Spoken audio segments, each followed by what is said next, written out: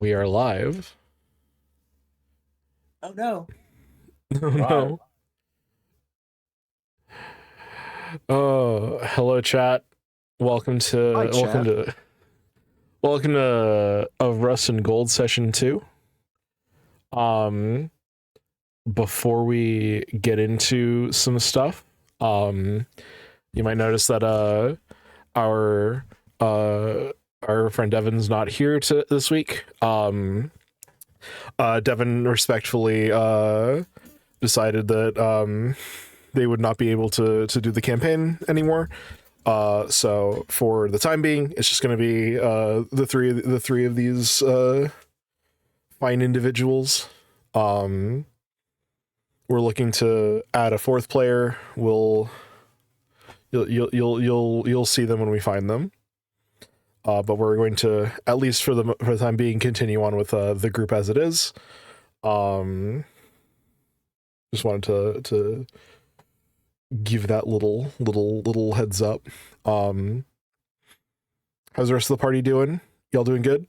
Y'all ready? Yar. Yeah. Dre, Hello. are you ready? Ready. I'm so ready. Can you feel it now, Mr. Art thou feeling it now, Mr. Krabs? Get it out of your system early. So,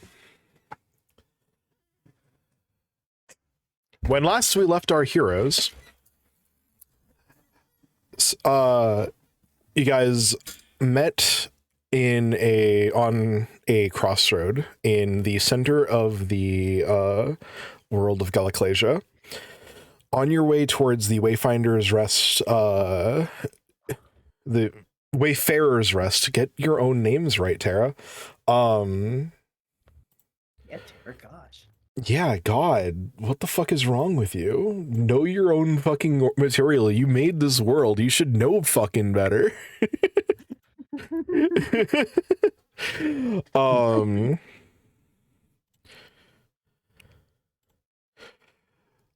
Yeah, on your way towards the Wayfarer's Rest Tavern, as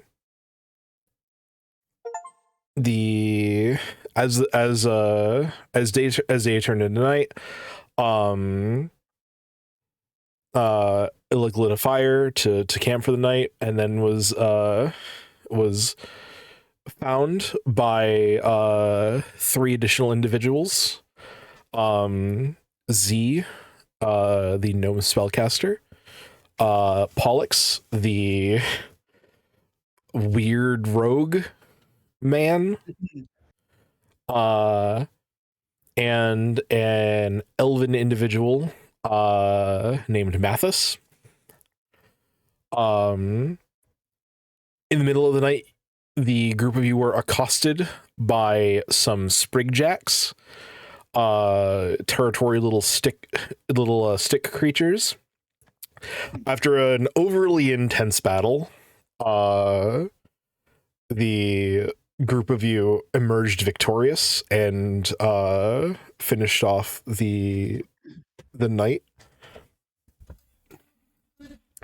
The next morning, it began to rain, and the group decided to beeline straight towards the Wayfarer's Rest. Eventually, after much miserable moving conditions, you heard the loud sounds of some kind of boulder avalanche, and then found a group of bandits that were accosting a what appeared to be some kind of merchant caravan.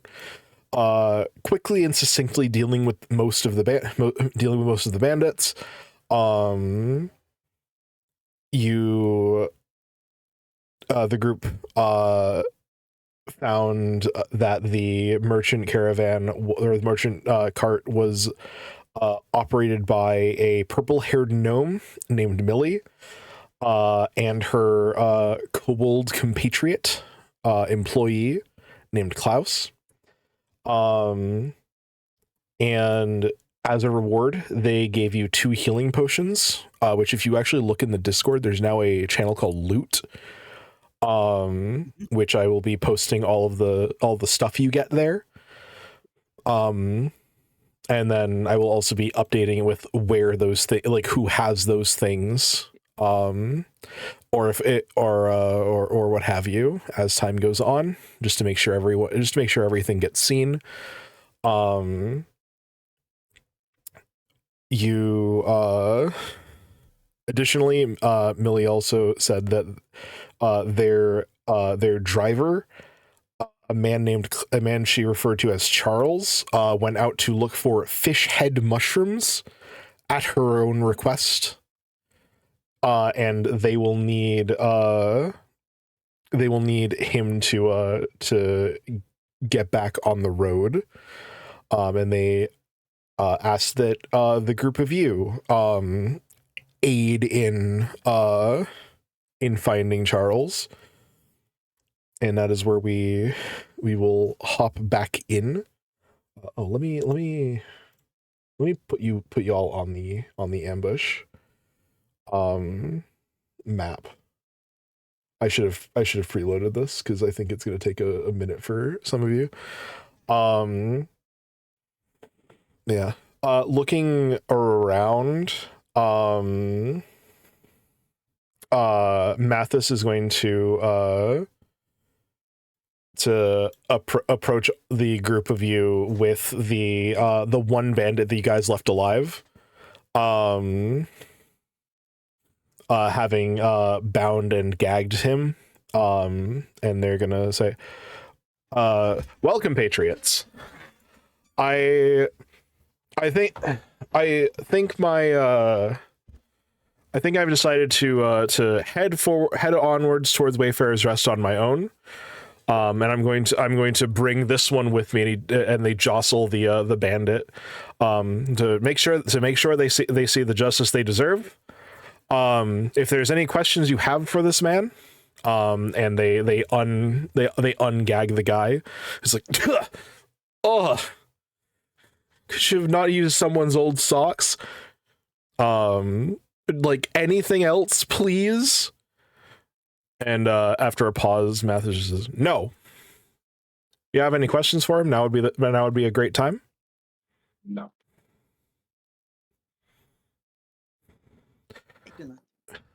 The guy's like, you see the man like, please ask me some questions before they put the sock back in my mouth, please. I beg of you. No, put the sock back in. Use my socks. No.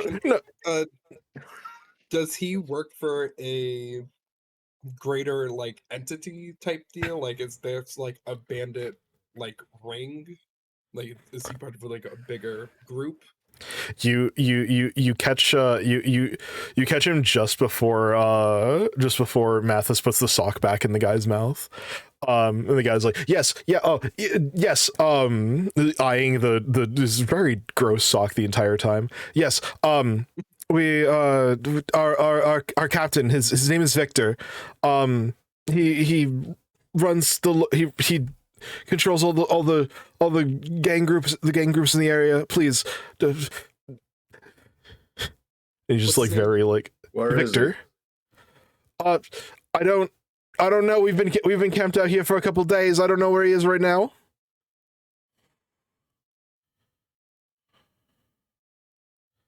Very cool.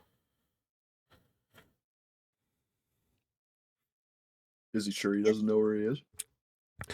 I don't know. Is he? I don't know. Right. I'd like to see if he's sure about that. Sure. Maybe he's lying. He could be lying. Let me. He'll say anything to save his own hide at this point. I'm not sure what like the sense motive check is. Let's try. Hmm.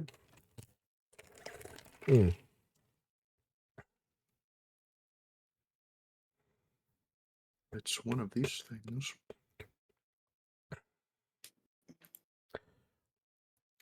Let's ask the internet. Because I actually am not sure. Maybe it would be diplomacy? Sense motive PF2E. Oh, it's an action? What It is might it? be. It looks like it's a skill action. I think. That's what I was looking for. Maybe it's a skill thing. It's perception versus deception, Huh. Okay. which makes sense. Yeah. Okay. It's all wisdom based anyway. Mm. Come, So bro. I need to make a perception check. Yes. For whatever reason,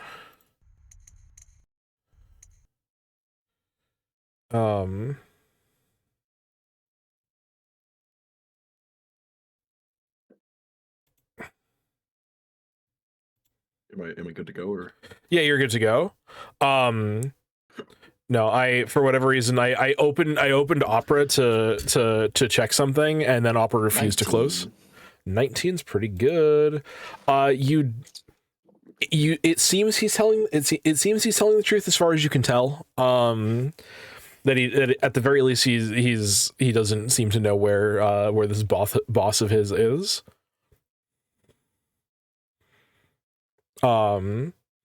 He's like they move around. I've just been here. We've been camped out here. There's you can see our camp. It's on the other side of the ridge, and he gestures up. There's another path around if you don't want to climb over the and he just looks over at like the large like blockage of rubble and stone and boulders. Yeah, look, we'll make note of this. Okay. And we're done with him. Take him away. Very well. No, please no. He just and Matt is just like shoves the sock back in his mouth and re-gags the guy. Yeah, look, tries his hardest not to laugh. Trying to remain stoic. Math is just like kind of like, come on, and he just starts heading back in like in this direction where the guy says there was a path.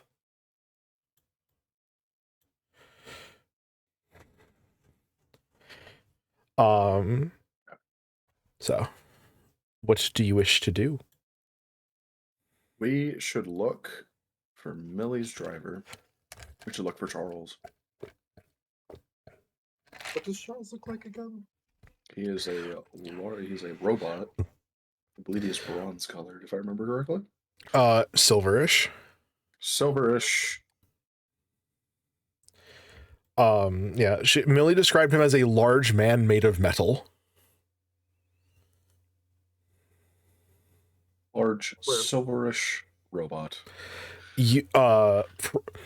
Probably usually fairly well dressed, but probably dirty considering the rain. Okay. Well, that shouldn't be too hard to find out. And he was last known location. They let him off. They let him off to wander the woods a couple hours ago, so he could be anywhere. They're not sure because they're very responsible people. Absolutely. Mm-hmm. He usually finds his way back, but it's been a while. Okay, well, if they came back that way, well, if they were going this way, they came back that way. So he would be in that direction.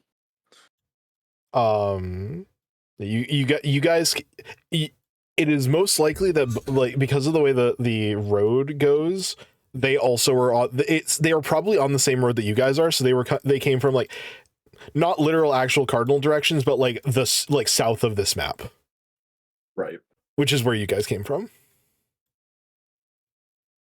Well, let's go. Let's go back. Doubling back. Okay. All right. Surely we could find him. I would like somebody to oh no. Oops. I don't know what I just did. There it is. I'll just keep Mathis open because I'm not here anymore. I would like someone to give me a survival roll in order to try and pick up a sense of like where you guys are headed. Bit. Possible to What try I and track him? Try and what? 15. To track him?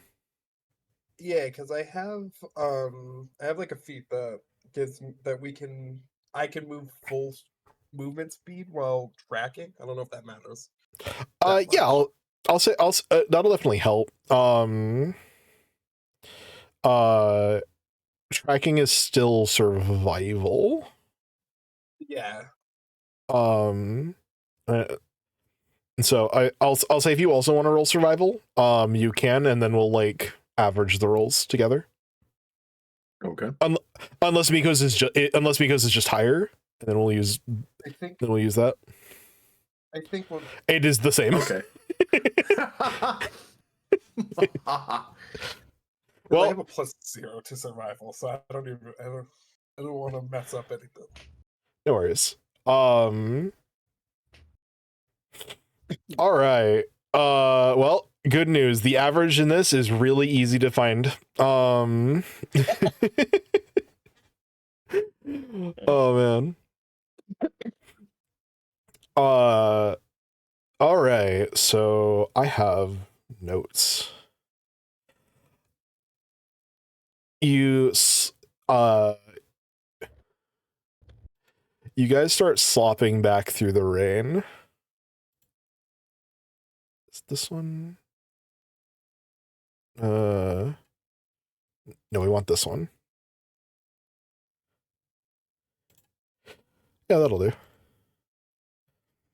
So you guys start slopping back through the rain. And after a while of travel, you guys manage to find what appear to be some kind of tracks leading into the forested area.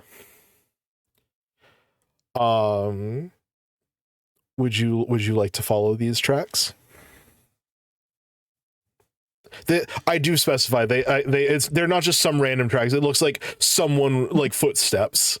I'm not going to be like it was a deer all along. You guys are following deer tracks. You're too stupid. No, you find what appear to be the footsteps of some humanoid person. Let's follow him. Okay. Sure. You start wandering into like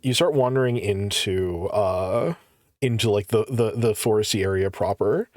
And after some twists and turns of mostly unbroken trail, following these tracks,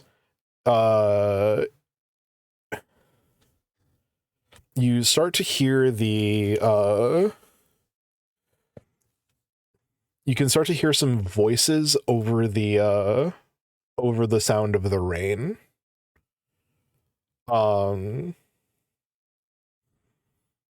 It sounds like it sounds like two different voices. Neither which you recognize, and from the distance you can't really piece them apart.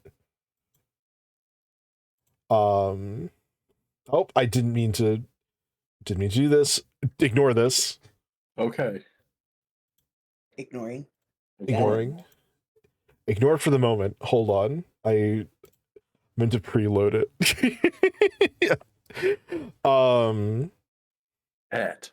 This means nothing for the stream. So You guys can't see shit. you guys can't see anything right now. Not yet. Spoilers. But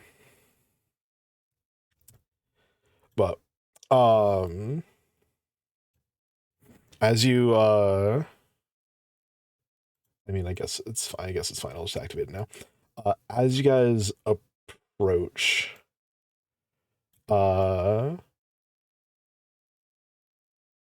pretend the map is more dark and rainy.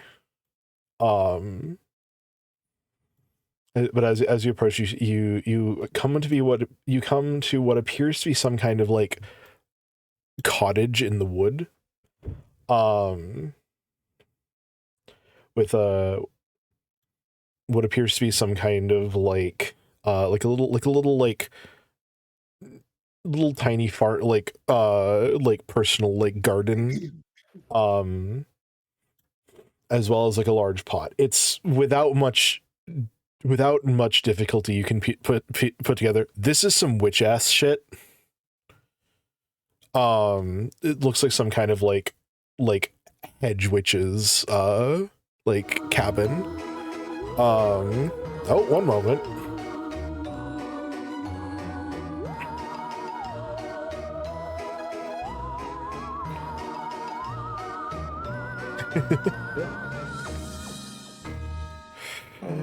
Welcome. Hold on. Welcome in, Raiders. Hi, Lilith. Thank you for the raid. We'll get you a quick shout out. Welcome in, Raiders. We're playing our second Pathfinder second edition session. So we're going to be mostly focused on that. Thank you for the raid, Lils. Hello everyone. We're gonna get back to the game. I love and appreciate all of you.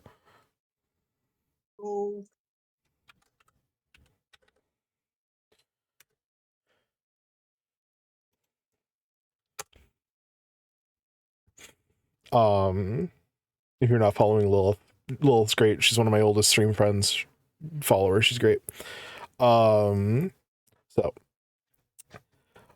you as you kind of like approach, are you making yourselves known, or are you trying to like be a bit stealthier?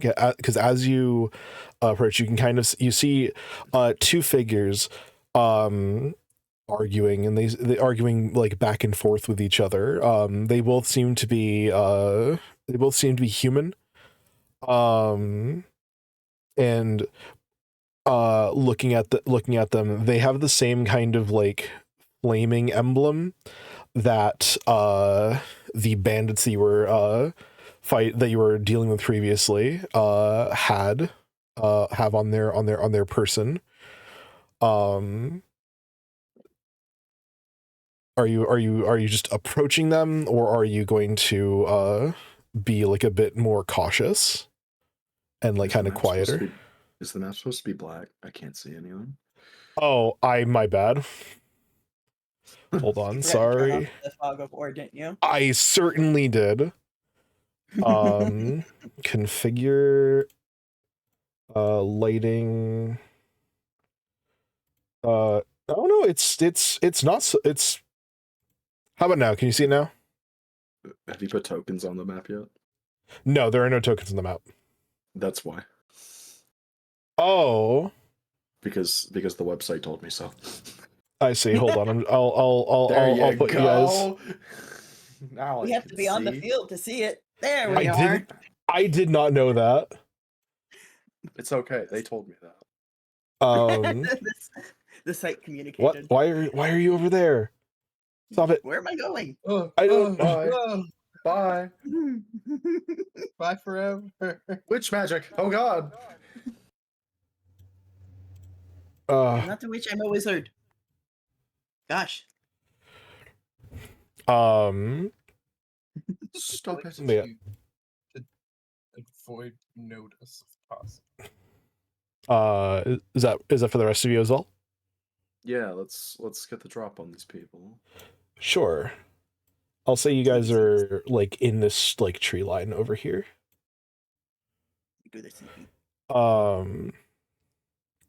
Okay. Let me.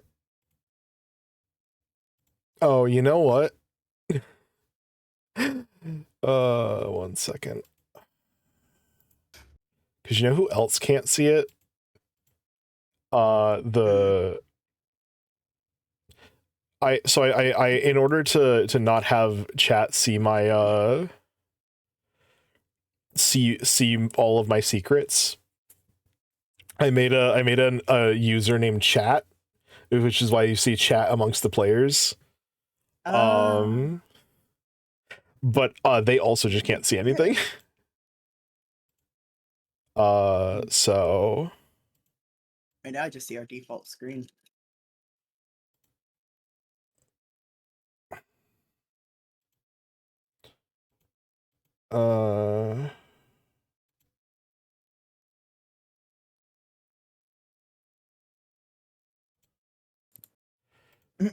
okay. That should be fine now. Have you changed the actuals? Because I just see the default screen on Twitch. Well, I haven't changed on Twitch. Oh, No. okay. I'm just making sure. No. Not yet. Yeah. Hey, there we go. There it is. Professionals, we do this.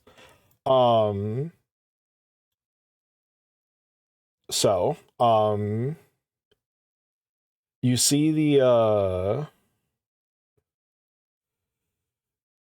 you see the two dudes. They're like over around here. They appear to be looking at these like scarecrow looking things.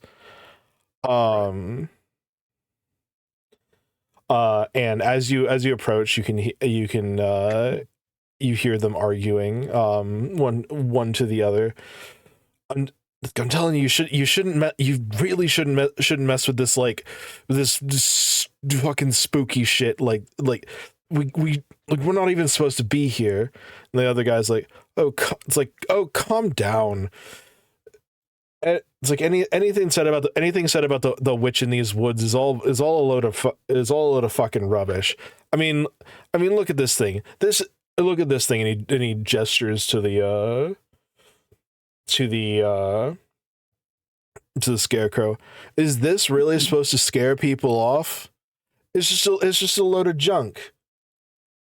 They're looking at the scarecrow. They're looking at these like scarecrow things over here. Could I try something? You can certainly try. I want to use my telekinetic hand.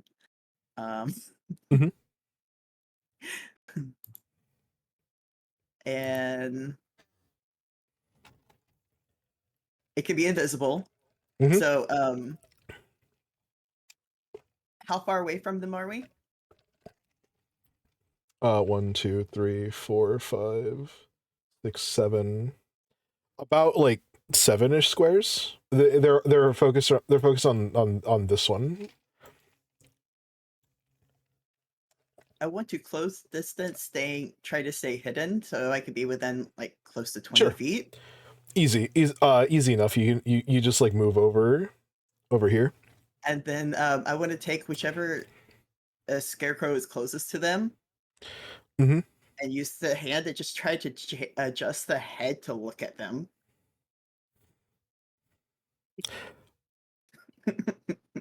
Okay. Can you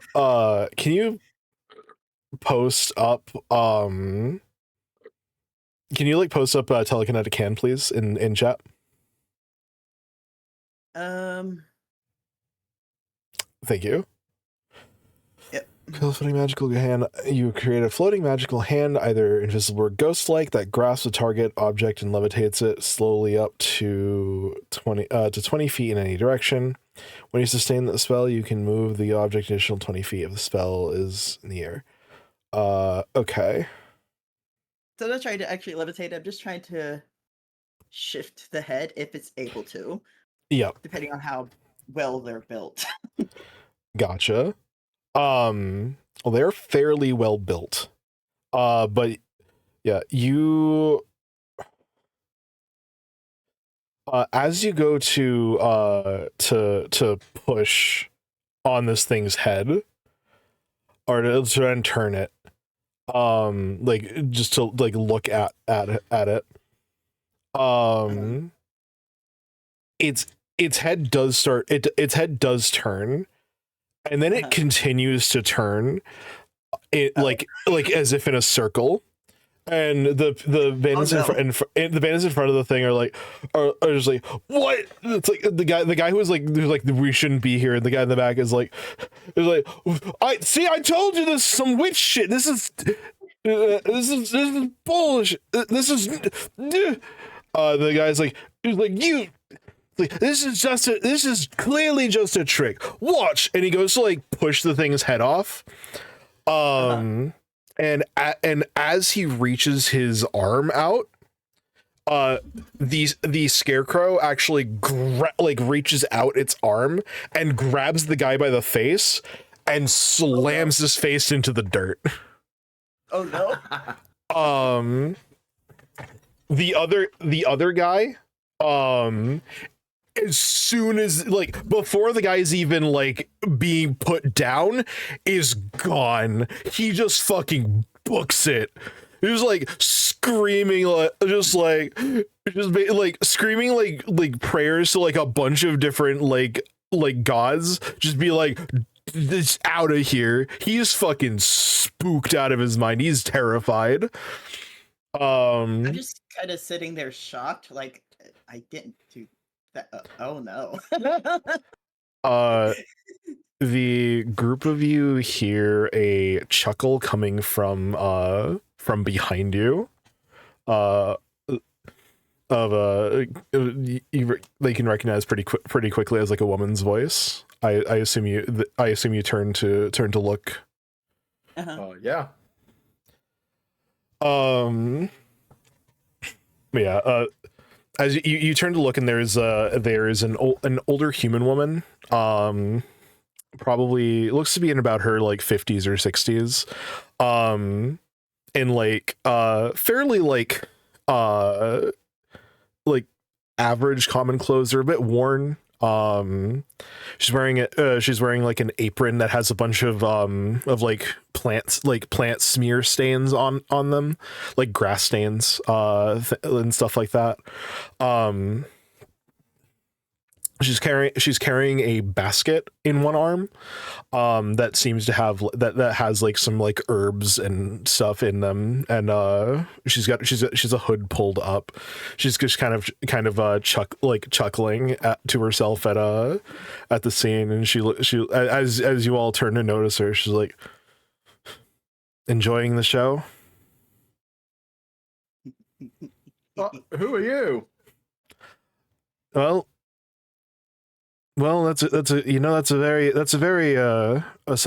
assumptuous question for someone on my land. My name is Rose Thistlewood, and you are currently on my land. Sorry for repeating. We're trying to find someone, and we saw some tracks, so we ended up here. Is it well? If you were trying to find me, you found me. Here, come along, and she steps out of the tree, the tree cover. Let's get out of this terrible weather. I'll make you. I'll put on a pot of tea. As she walks by the scarecrow, she just reaches out and just. As the head is still spinning, she just stops it facing forward and then just continues to walk. Is that guy just like dead? Oh, Or is he he's just gone, out? dude. That guy is gonzo. That guy is dead. Oh no.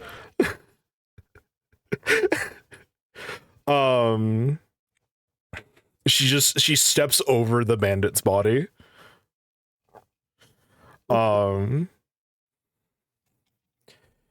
Distracted by pot. Despite what's on the map, there is nothing currently in the pot. Fair. Yeah, she invites you inside the house. And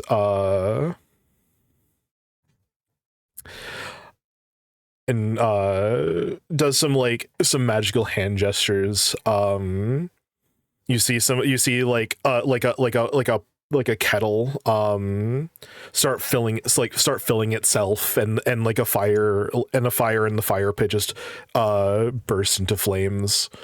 And she just sits down. There's a table in the center of the room you guys are in, which seems to be kind of like a it seems to be like a hybrid kitchen dining room kind of area.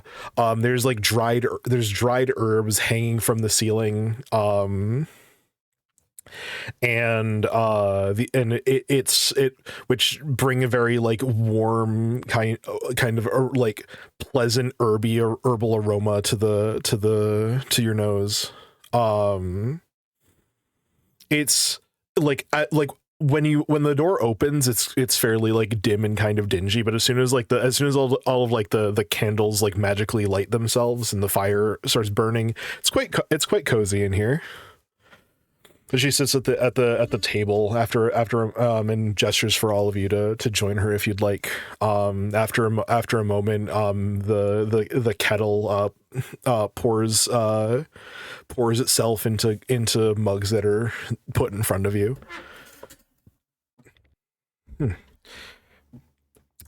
It's nice to get out of that dreadful weather. And she kind of snaps her fingers and all of the water that is on her from traveling outside just falls off of her, and she's perfectly dry. Now, you said you were looking for someone. I do have to ask if that was me, because it oftentimes is. Well, you're not made of metal, so I don't think so. As far as I know, I am not made of metal. Okay, that is correct. Definitely not who we're looking for. But it's nice to meet you, anyways. It's nice to meet you as well. Although I don't know your names yet. I don't know my own name, so that's okay. Fair enough. Might be bollocks and pull out 3 hands. She'll shake your hand. A pleasure. And you, big man? I am Defender Alec Bright of the MOD and Justice Cause. Far away from the walled city. I am. Well, as I said, my name is Rose, and you are more than welcome to the tea. And I think I have some bread that I made up last night as well, if you'd like it.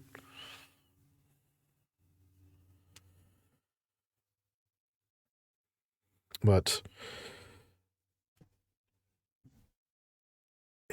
and it seems you have also been introduced in some fashion to the local bandit gang. Yes. Yeah. Yes. We engaged several of them on the road ahead. Did you know? Yeah, a couple of them are dead now. Easy. Interesting. That's not going to. That's. What were you going to say? And one of them got taken to town as a prisoner. With me in character trying to think of the proper word. Not to town. You don't mean Evergreen Acres by chance, do you? I don't know. No. That's probably that's good. Although Something going on in Evergreen Acres, man. I fear that is the case. Yes. This bandit gang, the volcano gang they call themselves, are a bit of a pest to the local community. They've been extorting the local population for a good while now. They're in quite dire straits. I'm worried that I'm worried that the gang might view your involvement as a sign that they need to harass the townsfolk more. But that might not be your concern.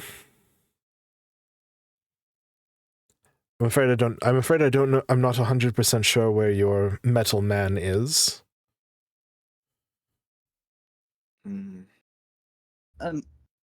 At some point, my dragon joins me.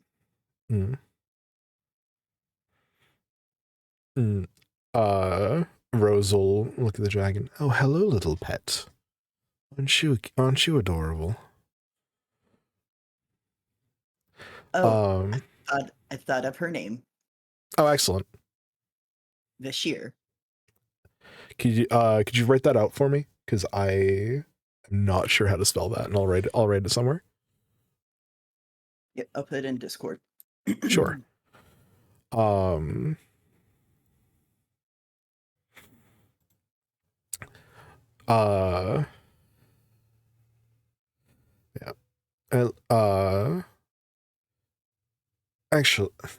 Actually, and she thinks.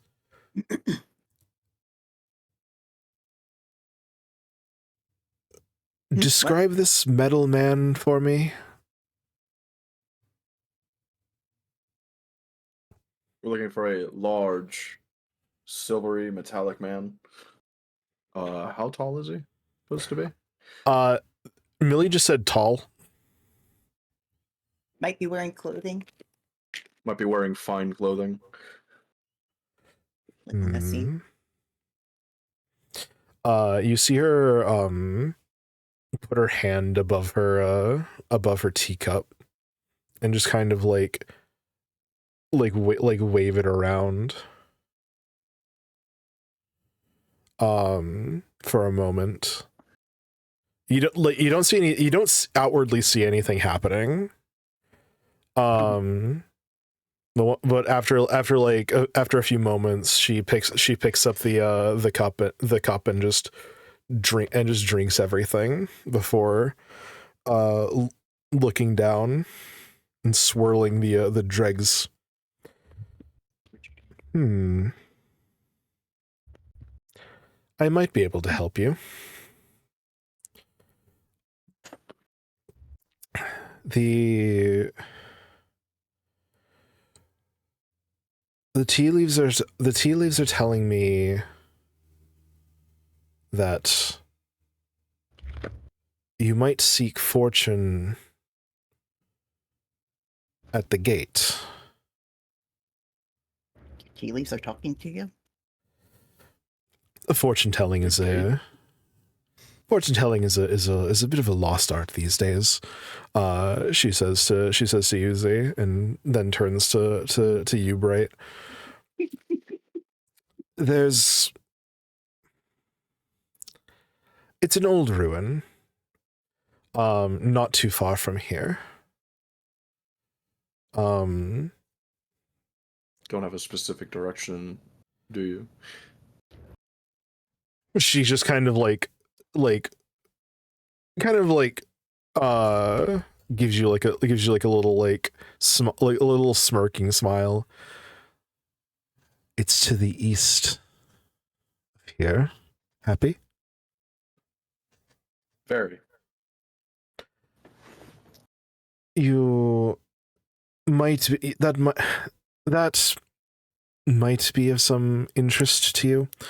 You might find your metal man there, unless there's something else you want me to go on.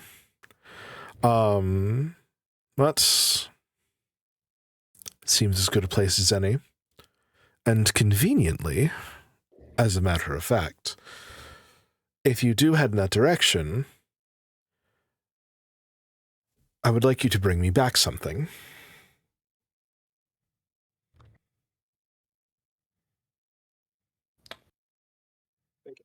Yes.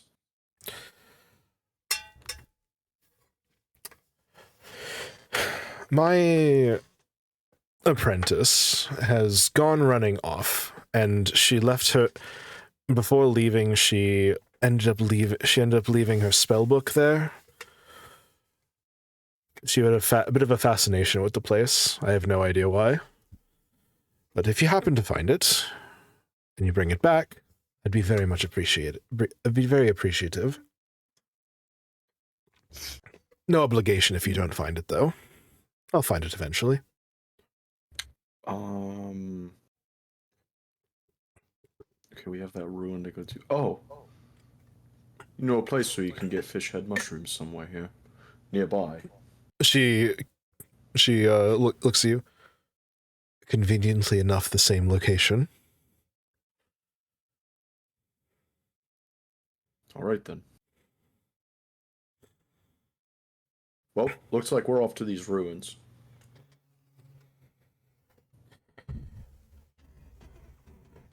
Yes.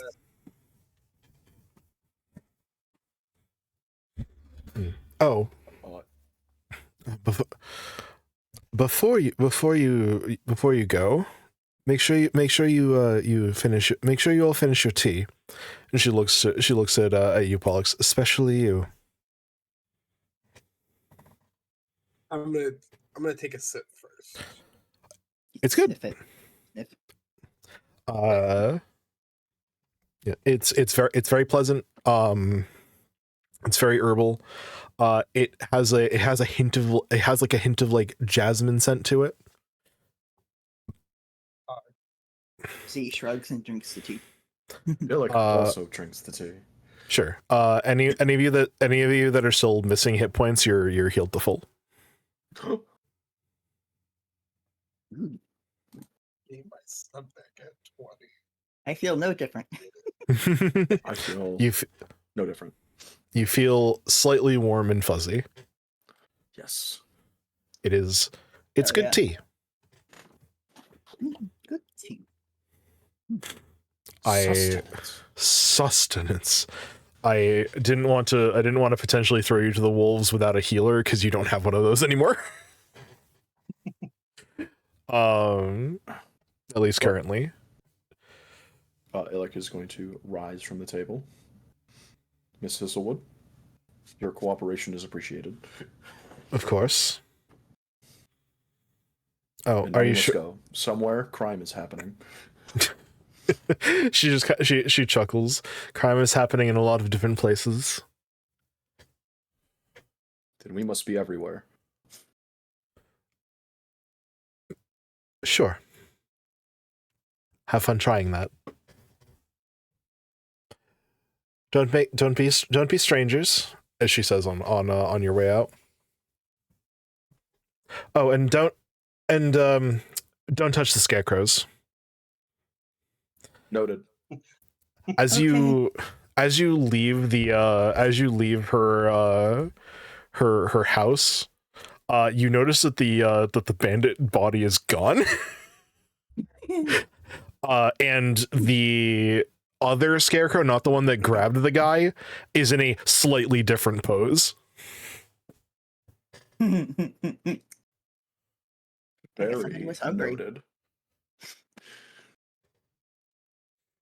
Note to self: stay the hell away from the skeletons. You mean the scare? Oh, Sorry. yeah. Scarecrows. Spooky scarecrows. Bastion's walls. Oh, I like Bastion's walls. That's pretty good. All right. So are you guys because it's starting to get a bit with all the travel and especially being impeded by the rain, it's starting to get a little late. Are you guys going to continue on, or are you going to try and find some kind of like shelter for the night? Do you think Miss Sisselwood would let us stay the night? She seemed nice enough. I assume, hopefully, it wouldn't be a problem for Vernon. We should walk outside. It's getting dark and raining like hell, and turn back around immediately.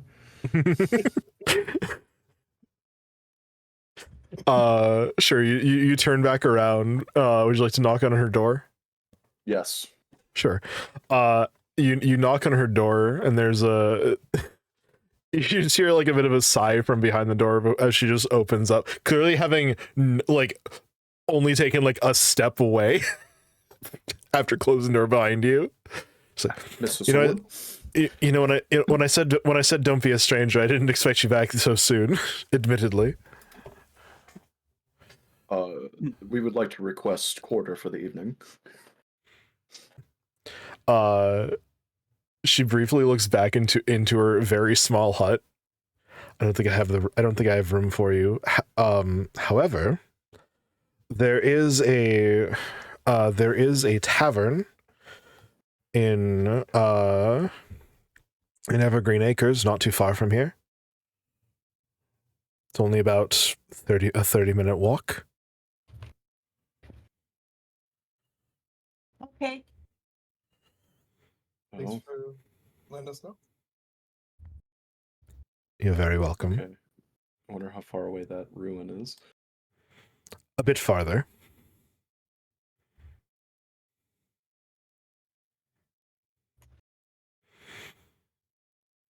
Well, no sense in looking for our friend in the dark. To the tavern.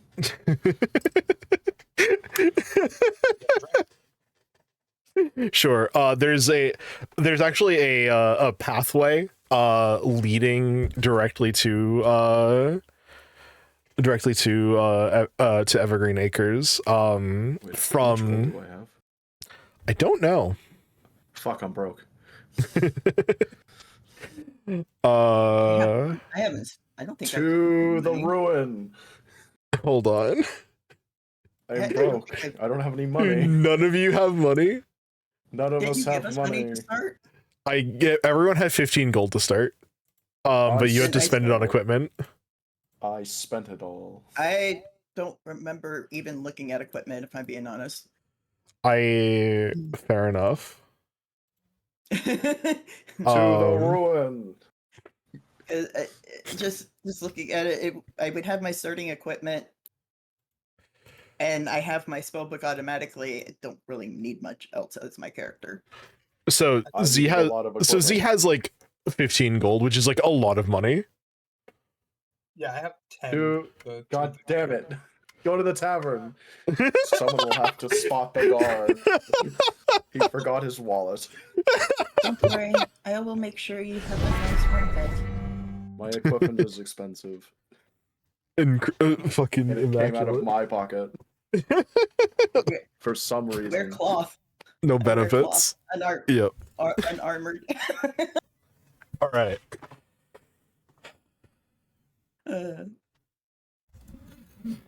So, you start moving. You start moving to heading in the direction of Evergreen Acres. It's only about a 35-minute walk. There's a pathway leading, a marked pathway leading from the town to Rose's hovel. Don't forget our tokens. Yes. Well, this is just the homepage. This is walking. This is the loading screen. Oh. Yeah. Oh, God damn it! I said tokens. Fucking configure. Fucking Lighting, token vision. Save. There we go. God damn it. I'm not cats. I'm not feeding all yet. It's not dinner time. No food. No food for cat. Not yet. Not yet. Yeah. Evergreen Acres is a fairly small. It's not. It's town is a big word. It's more of like a hamlet. There's not many. You don't see. There's not many buildings, and the buildings that are there are like somewhat like spaced apart. But as you walk through this very scenic area, you eventually come to a tavern called the Puzzle, with a sign outside that says the Puzzled Pair.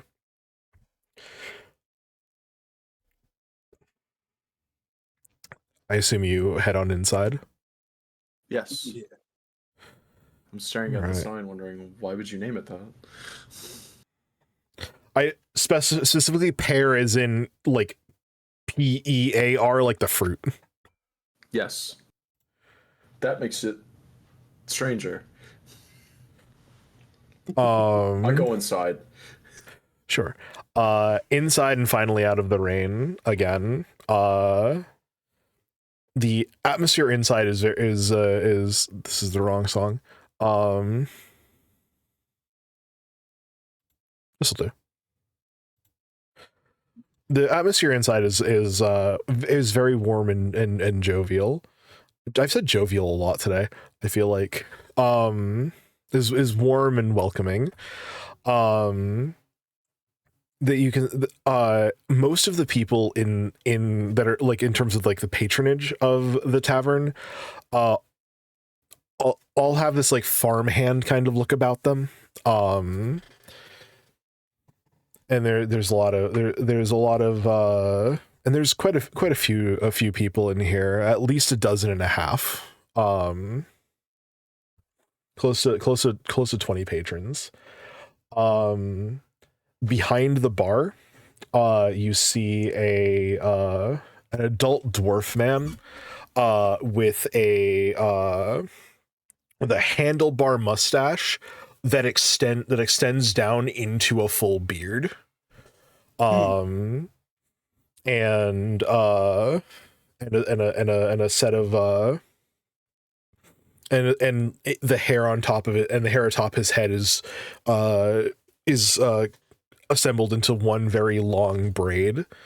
You do spy a table that is free in like this near one of the corners of the tavern. If you wish to go there, or there are also enough seats at the bar should you want to head in that direction as well.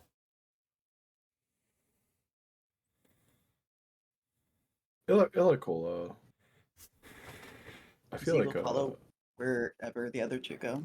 Mm-hmm.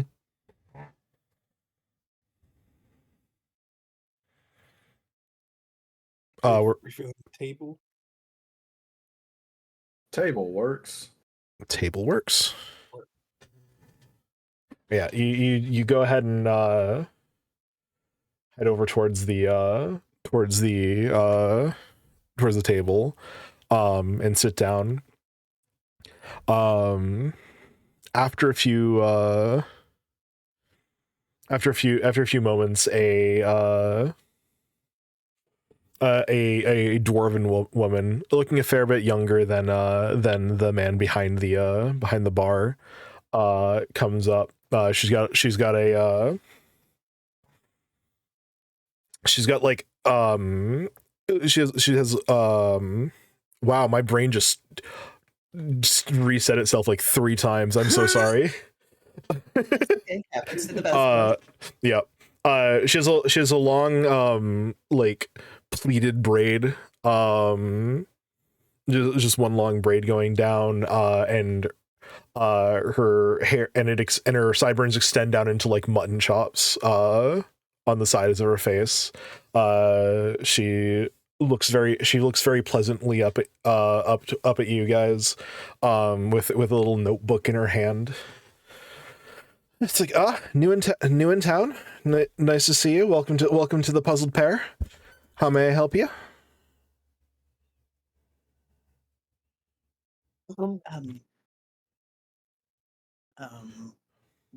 How many rooms do we need?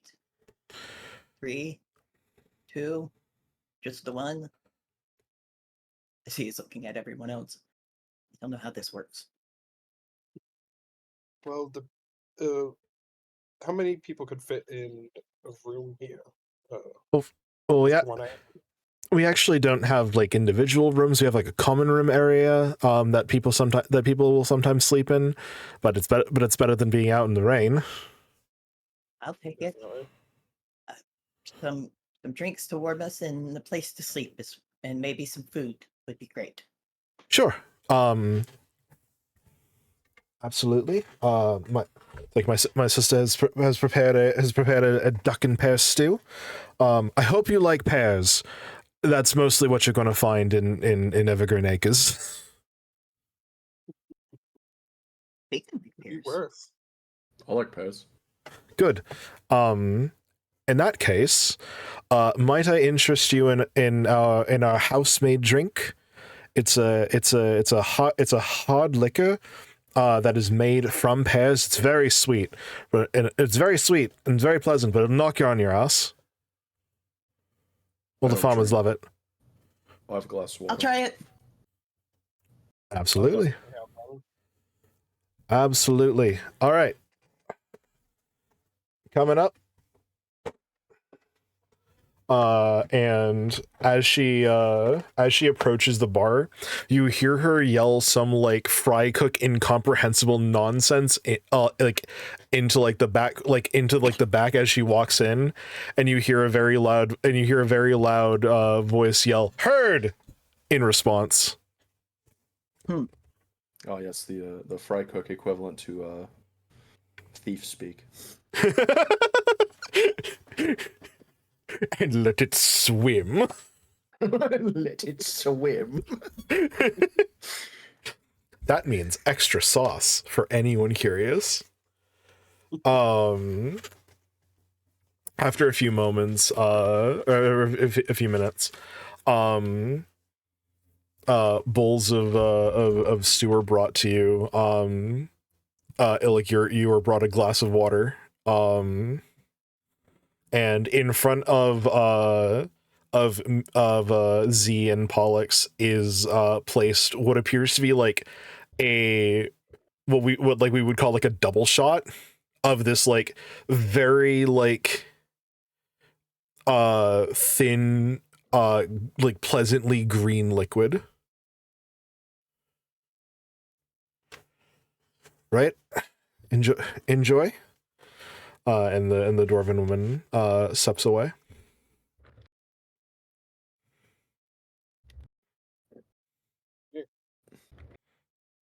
Cheers.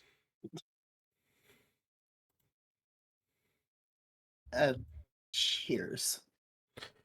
I would like Z and Pollux to make me fortitude saving throws, please.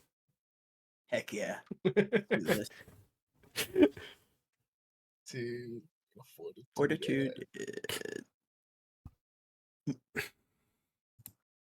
Fortitude. Oh, my fortitude's pretty decent, surprisingly.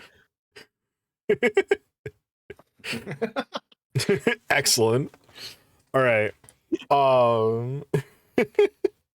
So, the first thing the two of you notice is that as you drink it down, you can feel like a warming sensation on your throat and into your stomach, but there is no taste. There's not a single like hint of like the flavor of alcohol, which is all the more confusing when it hits your stomach and you're immediately like, oh. Oh no! Those are You're the not worst like drinks. the realization of, oh, this stuff is dangerous. You are now Um, you're not Yeah. like drunk, but you're both very very quickly pleasantly buzzed. And you're like, if I do another like 2 of those, I am going to be very drunk. so this is how I'm gonna play my little amnesiac. Mm-hmm. Okay. This is her first or their first time having alcohol since waking up. They down their drink and ask for another one. Another one is brought. I don't think that's I'm a also good gonna idea.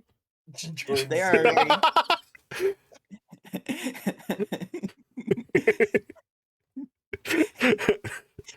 Remember, adventurers always designate a driver. Another slam.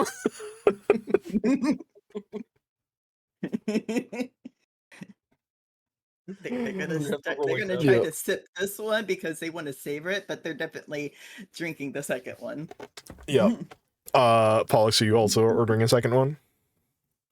Yeah. All right. How- And there goes our funds. these drinks aren't like super expensive, right? That's a good question. You didn't ask ahead of time. There goes our Um, funds. Let me double check. Da, da, da, da.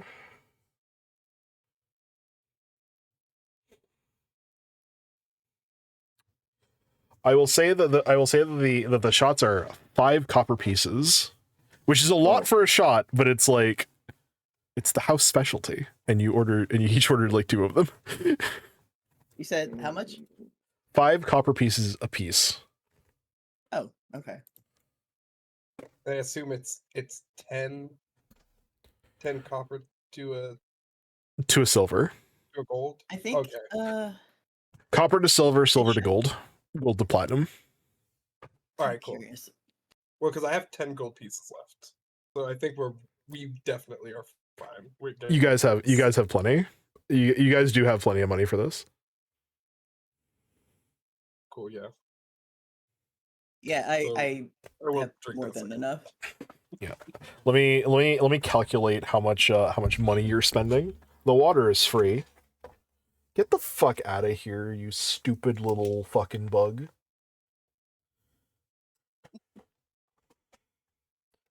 It doesn't do the Fucking- calculations for you, so you have to do add, remove, add, remove. Oh, I was just I was Now talk doing. about the foundry. Let's see. Yeah. So.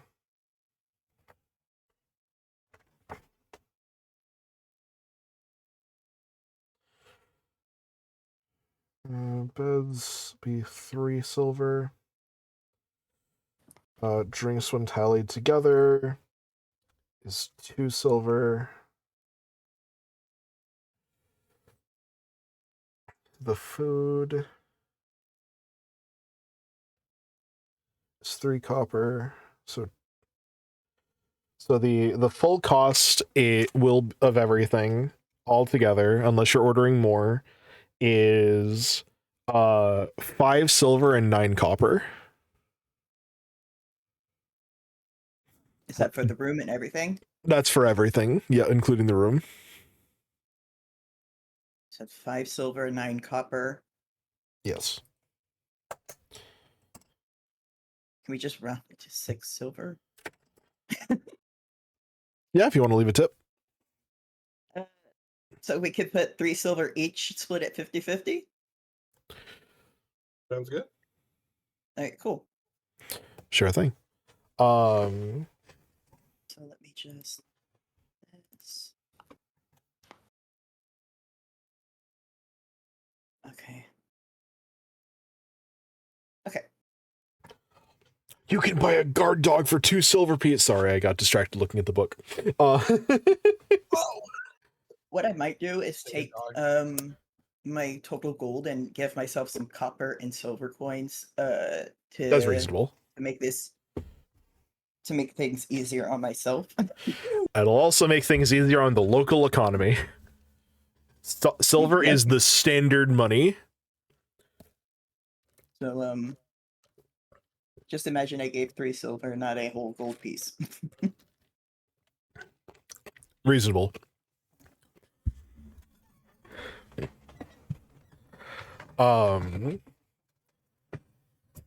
It's not like a 1-to-1 comparison, but like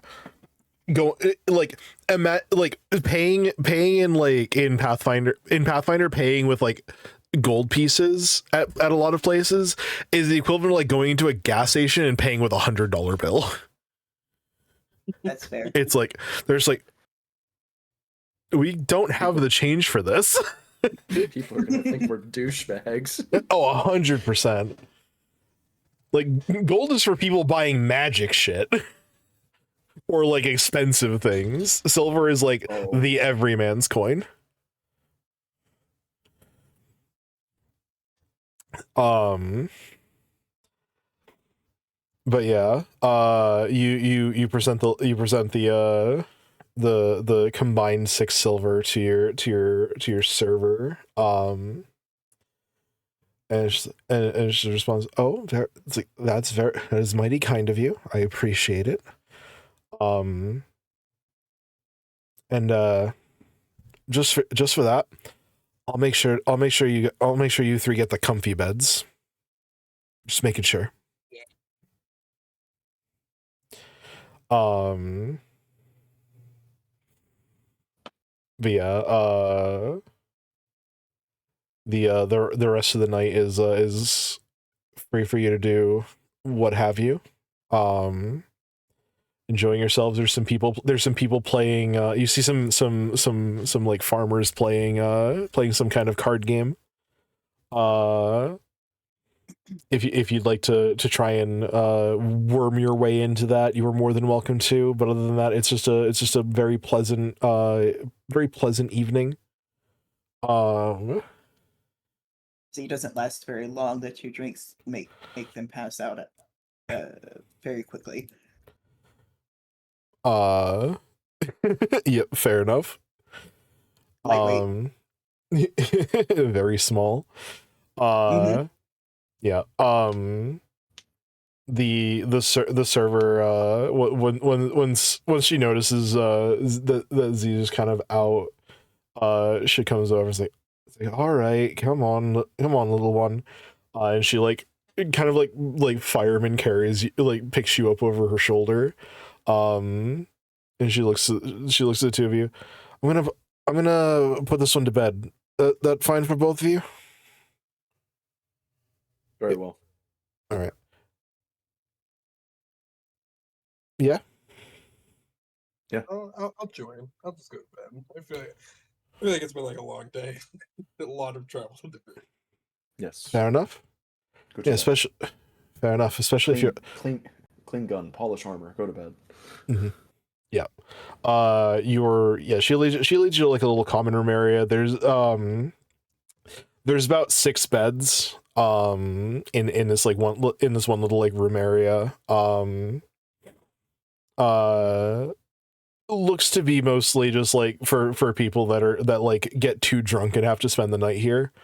You see 3 of the beds that do look a bit nicer have signs that say dirty on them, even though they look completely fine. She takes those signs off. She's like, these are yours.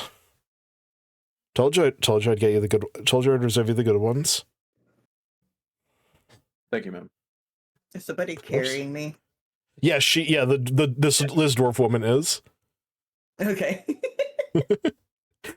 And she like gingerly puts you down onto one of the beds.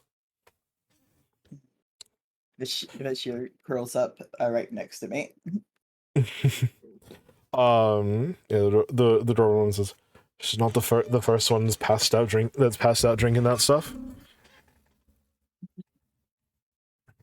And the food was like pretty good, by the way. It was like average to above average.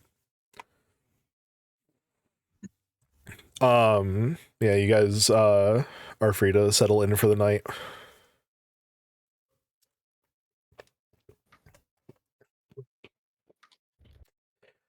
Well, eventually time passes and the night passes. You wake up feeling rested and, most importantly, dry. And as you guys are preparing for your like morning, you hear from the main like room, like the main like tavern hall area, you hear what sounds like the smashing of a glass or the breaking of a glass. Uh-oh.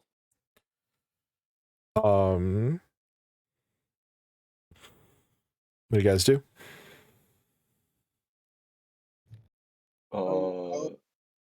Illic will put his tool belt on and go have a look. Yeah, same. I'll sneak like a peek around. Sure. Do I have a hangover? Not much of one. You're a little like, what happened? But like, it's not going to impede you. Okay. So, gonna let them do the examining because I have to prepare my spells for the day. Sure thing. Illic and Pollux, you kind of like peek around, and inside the tavern, the dwarven man that you saw behind you saw working in the bar is there once more, in like a new day's attire. But in front of him is a man, a bit larger than the townsfolk that you've seen so far. Most of the townsfolk are either were either humans or halflings. That's what you noticed last night. This guy's also human, but like definitely a lot more like built. You see him, and you see like emblazoned on his back is that same fire logo that all the bandit people that you guys have encountered so far have somewhere on their person. It's their like symbol. And you see him like one arm on the bar, like leaned forward, just like staring daggers at the dwarf man, and he says, "I told you not that you were not to get anyone else to encroach on our territory. And what have you? A bunch of my guys killed up the road?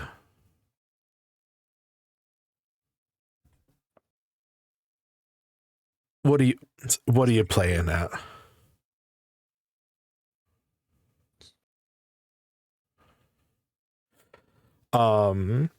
And the dwarf says, like, no one was hired. It was entirely a coincidence. Had nothing to do with us. And the guy's like, then why do I have another one of my men saying your group killed, saying this group killed another one of my guys, and then he saw them moving on into your inn last night. How many of these guys? Is it just the one guy? It's just the one guy. Okay. And Alex, stay here. I'm gonna walk out there. Yeah, sure. You fully armored. You walk out. The guy. You see the dwarf man like wince as you clear your throat, and the man like, see, Vodan, you've always been a terrible liar.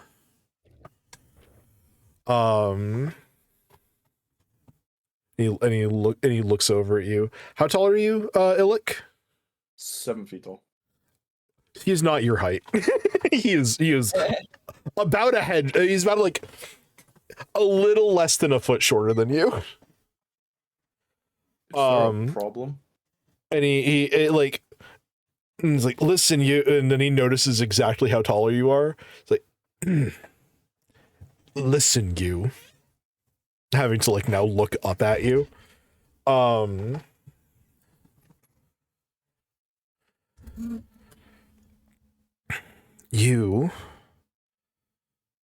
You're the ones who've been messing with the gang.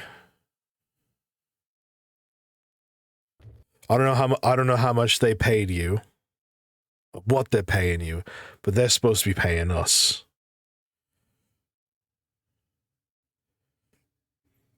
I get paid the same rate that all of the Emodian Justicars get paid. The what? Doesn't matter. Defender Illic Bright of the Emodian Justicars. I have no idea what you're talking about. I don't know what gang that is. But this is Volcano Victor's territory. Oh. Really? So is your group causing problems on the road? We own these roads. And who might you be?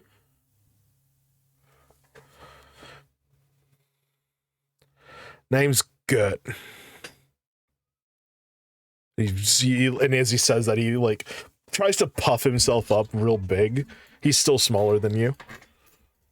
But I'm gonna try and intimidate him with intimidating glare. Ooh, go for it. Can I assist and give him as I'm done with my spells? Sure. I'm going to just use the telekinetic hand to do something to make him look more intimidating. Think of it. There's a word. I can't think of the word.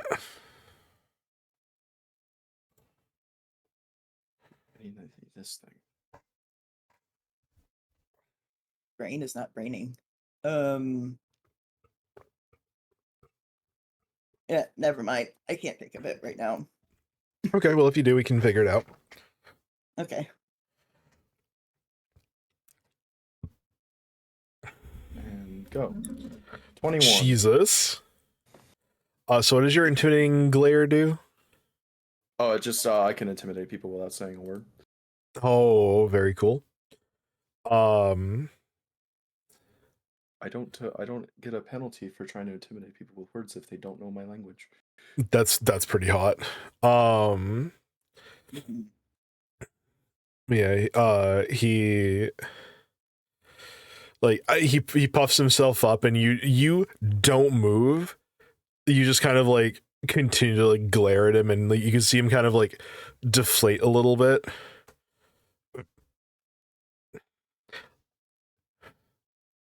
Listen.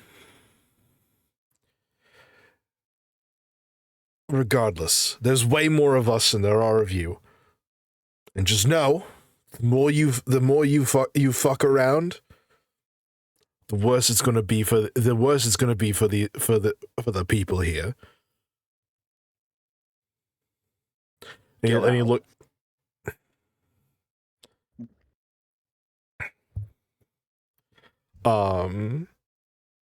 He kind of like takes a step, like he like trying to like save as much face as possible. You do see him like taking a step back. And he looks to the barkeep. Victor's not going to be happy about this. You better have all the money you owe us next time I'm here. All of you. And he leaves. And he, as he leaves, the bartender kind of like seems to like decompress a little bit. He's kind of rude. I wish you hadn't interfered.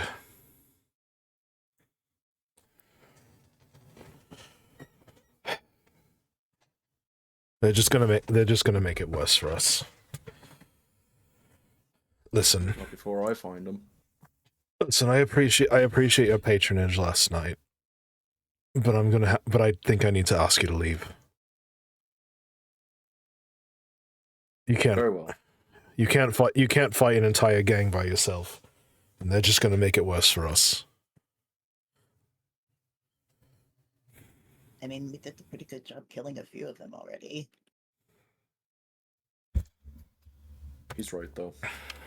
We'll have to call in for backup. I don't have anybody. The shear's not big enough to do much yet. Looks down at the dragon. Got plenty of backup. Just gotta know where to look. Okay. I think if we probably maybe if we work some of our connections, we can figure something out. Because I mean, Millie is the name of the merchant, right? The menagerie, Yep. right?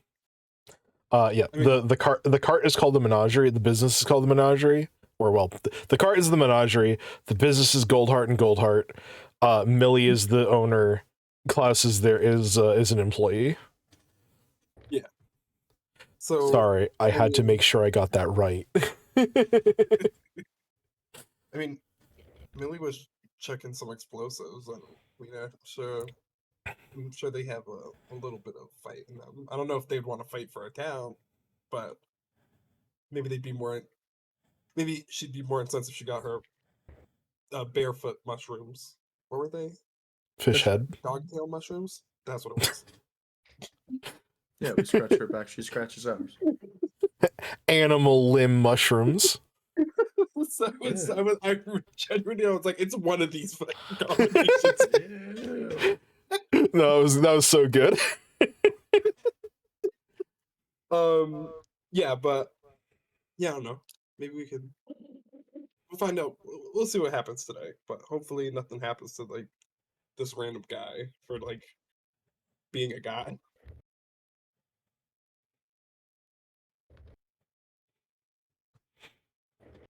All right. So where are you headed? To the place. We gotta go to that ruin. We gotta find Charles. Mm-hmm. All right. First Charles. Then that's All right. So, I would like someone to make me a survival check. hell yeah. Mm. 14. 14's enough. Yeah, you... Excuse me. You make your way first back in the direction of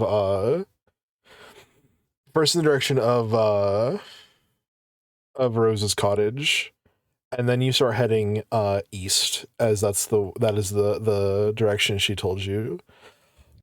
And as you go, you start moving in that direction.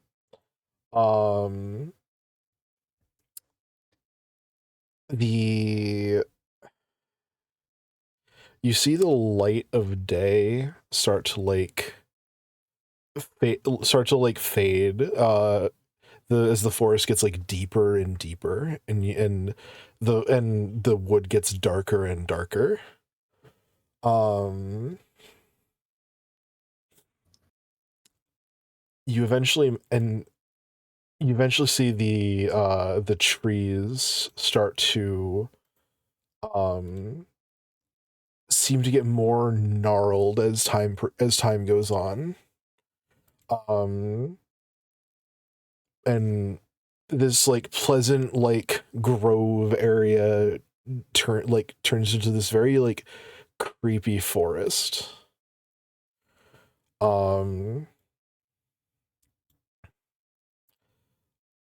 Eventually you find what appears to be a like stone path, not like cobblestone, like solid, like almost like carved stone path.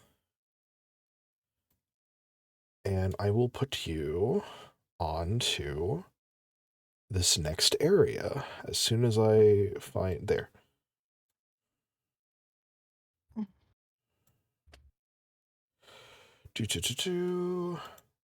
Activate.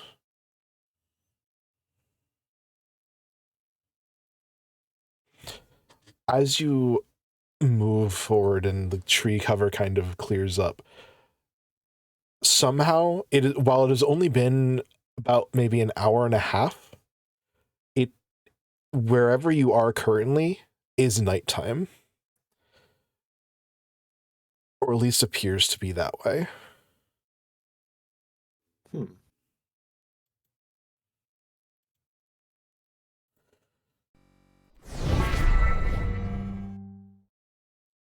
In the as you approach, you see this this great ruin with like that has these stone sections intercrossed amongst itself. These stone pathways with these like arches with runes engraved into them in languages that you don't understand,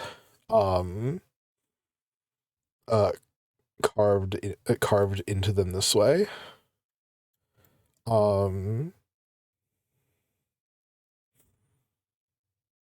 It's eerie. There's this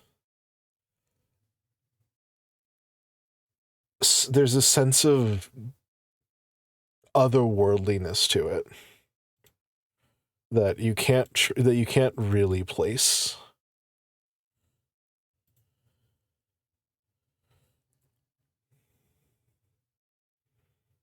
What do you wish to do?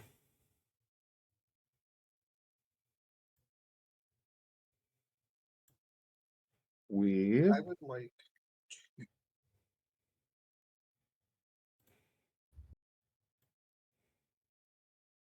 Go ahead. Say your thing. Okay. I just want to do the avoid notice thing so that I'm sneaking a little bit. Sure. So you're like you're doing like stealth things? Yeah, and just move a little bit up. Oh, yeah. Sure. Go for it. We're not like locked into like the grid, so to speak, because there's no combat right now. But yeah, you can go ahead and roll me stealth, Pollux.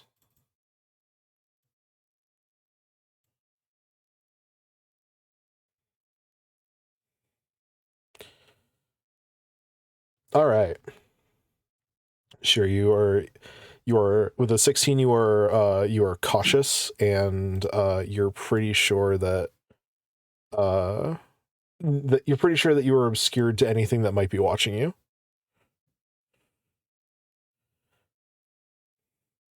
Anyone else?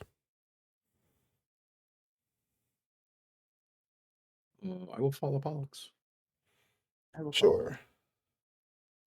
them. Oop.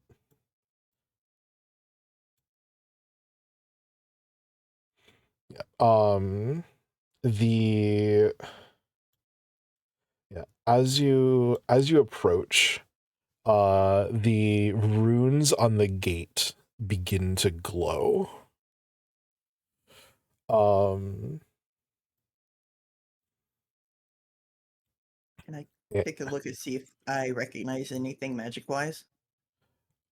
Sure. Go ahead and roll me. Is there an what are the hold on? Let me actually just look at the skills. There's Arcana and Occultism. Roll me. You can roll me either one of those. I have 7 in both, so You will get different results depending. God damn it. Sure. My luck. It's not too bad.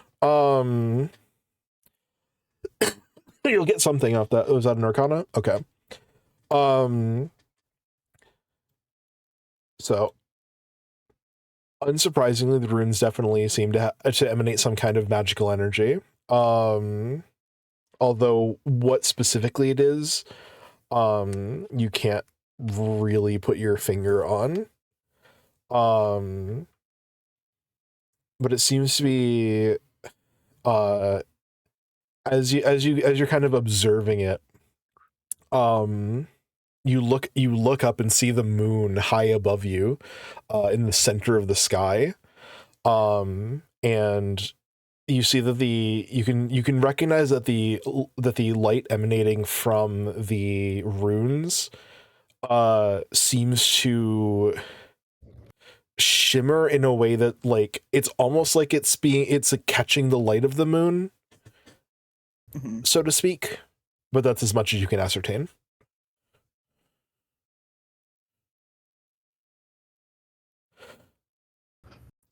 As the group of you pause where you are, once you kind of like notice, you notice that it's not that the light stops, but it doesn't get any brighter.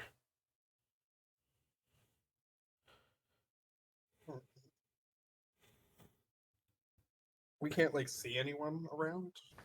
Not as far as you can tell. But if you want to take a closer look, you can roll me perception. Does it seem dangerous? Well, it was previously daytime, and now it's the middle of the night. Do you think it's dangerous? But play. Looks like it's skip time. Maybe.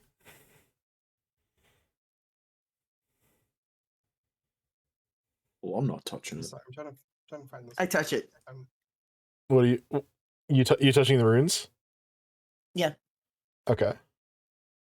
Oh, oops, hold on. I'm touching multiple characters. Sure. You can move up like here. And well, hold on. Paulus, you were doing a perception check first, I believe. Yeah, I'm trying to. It's not on my core skills. I'm trying to. It's not a skill. It's on the side of the character sheet on the left. Oh, okay.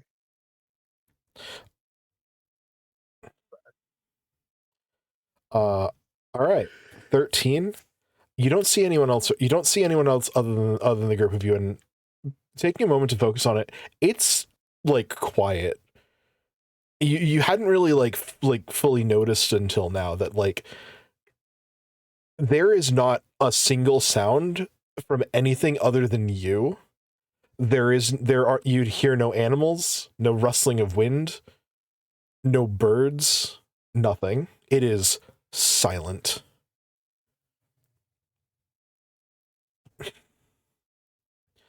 And as you approach, as Z approaches the runes, they start to glow more.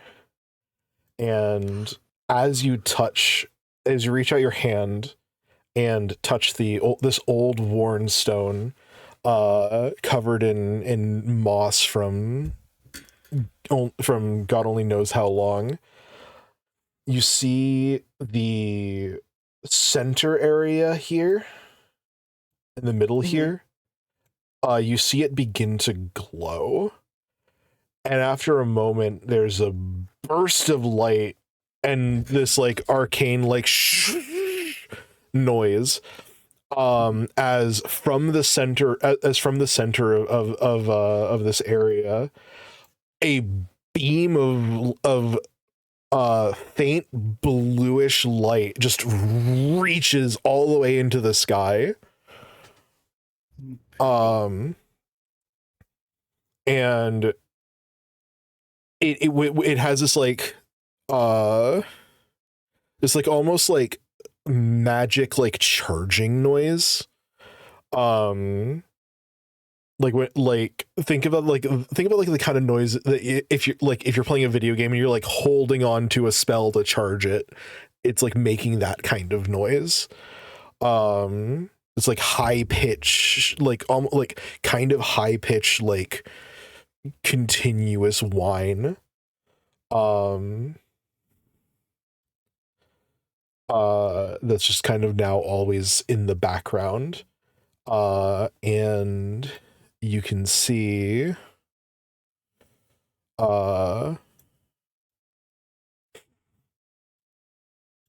you can see now, Pollux, you're the first, because you were like actively trying to perceive things. You start to hear the sounds of like the earth moving, or something moving under the earth. You hear and you can all hear the clattering. It's like hollow clattering, and eventually you see you see a skeletal hand emerge from the ground, as four skeletal figures emerge from the ground.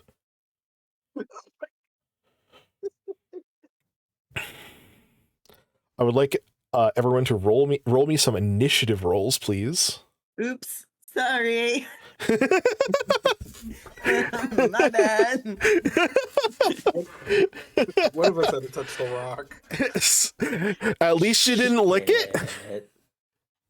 Oh God! At least you didn't lick it. All right, Dre. What would happen if you licked it? Brock's fault. One time I opened the door. It's saying I already rolled initiative. Yeah, I see. I see your initiative roll. Oh, I think these are old rolls, though. I believe. Oh wait, yes, this is a different encounter. Give me a moment. Probably need to clear things since we had the long rest. And this encounter, new encounter. 23. Yeah. Okay. If you don't mind rolling it again, I'll set you to 23, because I don't want you to like get a bad roll. Oh shit! Fuck. How do I? Oh well, I'll just keep in mind that you have a 23.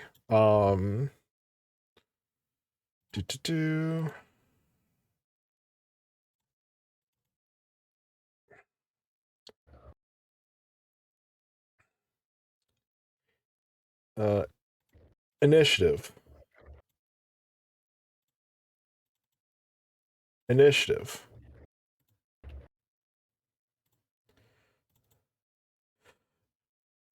Dre, do you recognize these tokens? Yeah, that's why I laughed. You dare face the most powerful card in all of Duel Monsters? These are the art for these tokens is from a magic card called Reassembly Skeleton that I always refer to as the most powerful card in all of Duel Monsters. This is one of my favorite cards. He just keeps coming back. He's a skelly boy. Keeps coming back. He's the reassembling skeleton. That's what the card does. You can bring him back from the graveyard, so he just keeps coming back. He's the reassembling skeleton. And when I was like, oh, I'm gonna throw some skeletons at them, I'm like, I knew exactly which art I needed to steal. All right. Well done. So the actual person who goes first is Bright. These Okay. skelly boys. Skelly boys. All right, we are going to draw our pistol.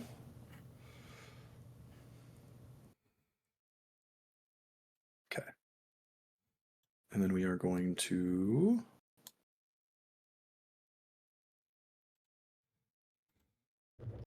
fire our pistol at... Fire pistol. Oh, what's...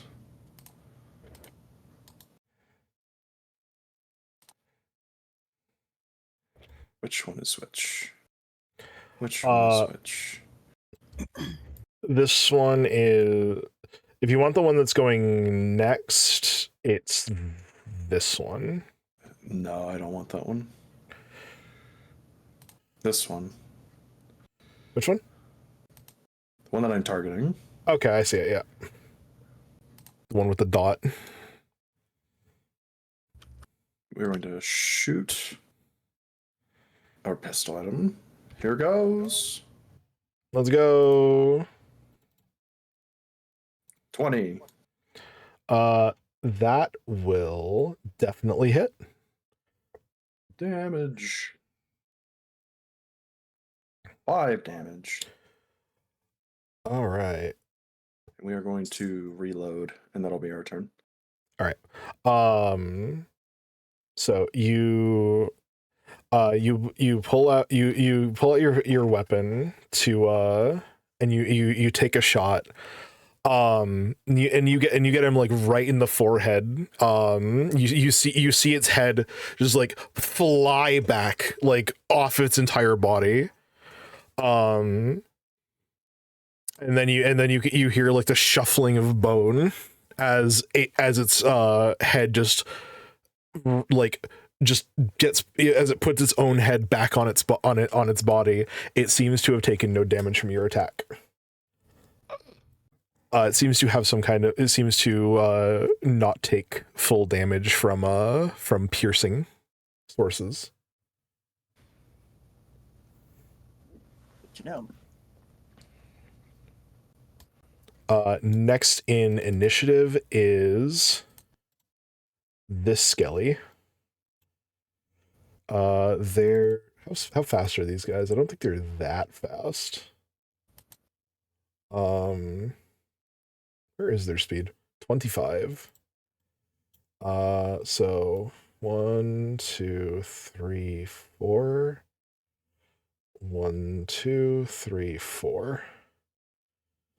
And then it'll use, does it have a ranged attack? It does have a short bow. It's going to move right like near you, Z, and is going to attack, and it's going to use its last action to attempt to take the strike action against you with its short bow. And it rolled a 15 to hit. That is my AC. So that will hit. And it will roll a total of 4 damage against you as it shoots at you with its short bow. Okay.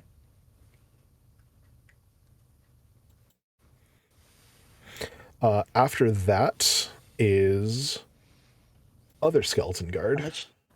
How much damage did I take? That was Sorry. 4. Oh, okay. 1, 2, 3, 4, 5. To clarify, it is not on top of the rings. It is underneath in like this little passage. There's a little passageway area there. Yes. Just to clarify. This one is going to attempt to shoot its short bow at Bright.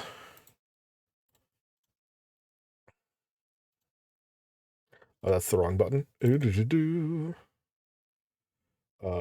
Short bow.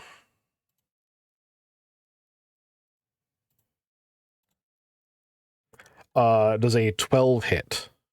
No. All right. It has one more action. What does this do? Oh, right, I remember.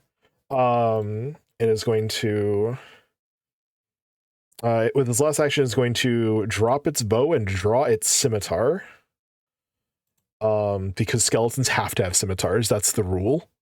It is Z's turn. Absolutely. So I got one right in front of me. Mm-hmm.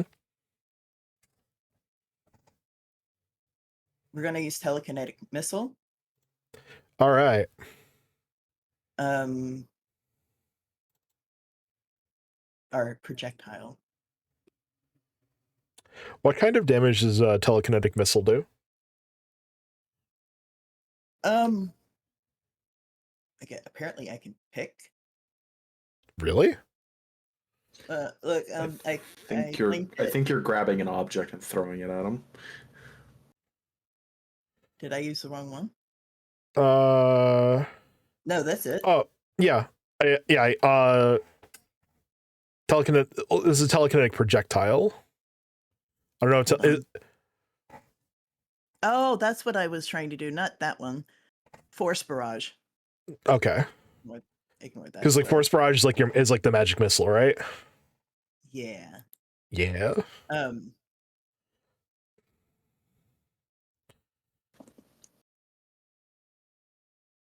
And this does force damage. Automatic hit. But I'm only gonna do 2 of them so I can move. Okay. Sure. Go ahead and roll the first one for damage. You with this first arcane barrage, or force barrage, you see the energy strike right at the skeleton's core, and you see all of its bones just like scatter all over the place. And this time they don't seem to get up. This one is taken out. They have a lot of resistances, but they don't have a lot of health. Okay, so I'm gonna use the second one at the next closest one to me. Yes, absolutely. Go ahead and roll the damage on that one. Mm-hmm. Hi. Goodbye, Jojo. Yeah, you with these two magic energy bolts, Z just and very easily takes out 2 of these skelly boys. Now you got your move. Hell yeah. Next up in initiative is this skelly, who's going to 1, 2, 3, 4, 5. And this one is going to shoot at. It is going to shoot at Pollux.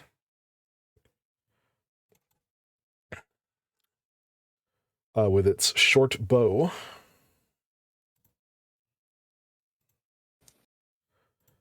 That is a 9, which I don't believe hits.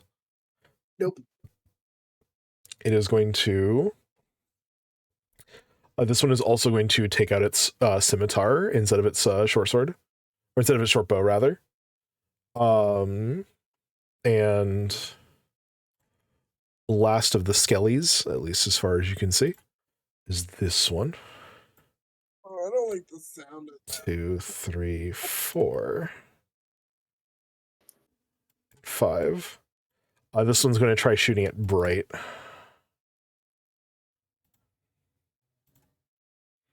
Oh, that's Snap.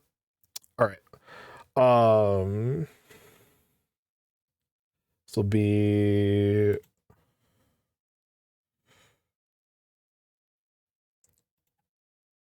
3 points of piercing damage from its short bow attack.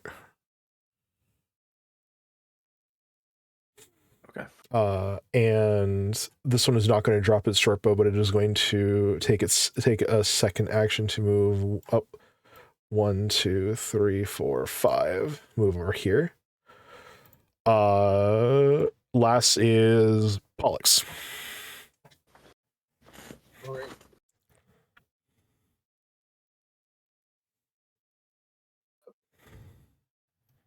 I'm gonna hit it with my blade. Hit it with your blade.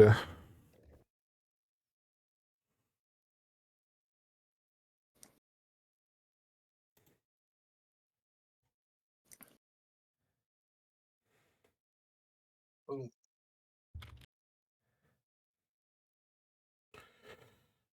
Oh! Nice. All right. So I'm go gonna ahead make and laughter. okay. Go ahead and roll the crit. Oh, I rolled the regular damage. My bad. It's okay. That's okay. You just that'll do.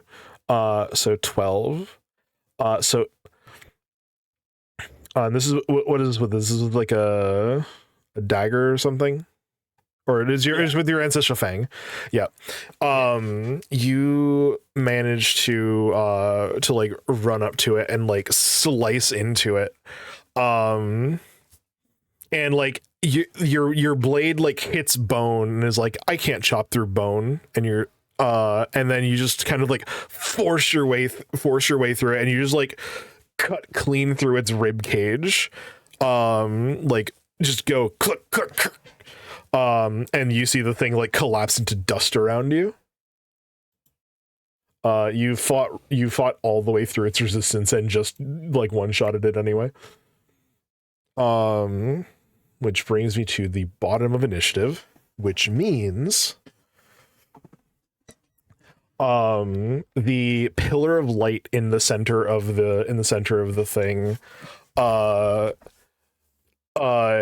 kind of begins to expand even bigger into a wider beam. And and after like a moment, there's this like ear piercing like sound, and emerging out of the ground, sword held in front of its face is another skeleton, this one in armor. As it like steps out of the beam, which is now dissipated, and you see it stomp its foot, and 4 more normal skeletons appear behind it.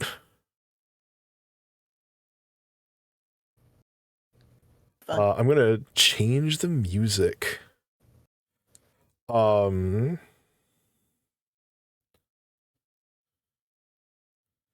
I need Decisive Battle 1.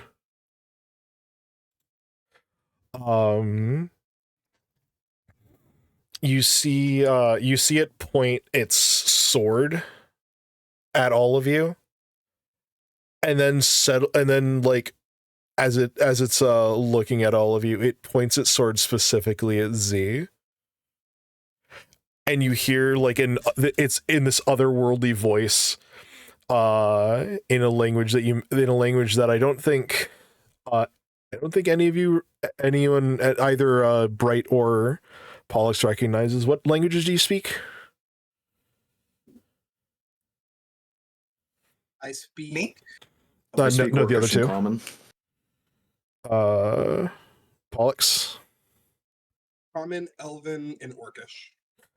Z, I would like you to mark down a language because I know you had 4 languages that you didn't know what you spoke. Correct. Please write down Void. Oh, oh, oh no. Implications. You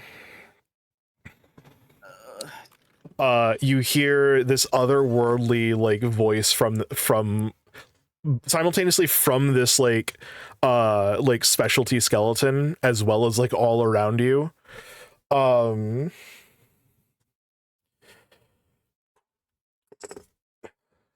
Say, you shall be purged for your insolence. I'm gonna add these fuckers to the initiative. Wow,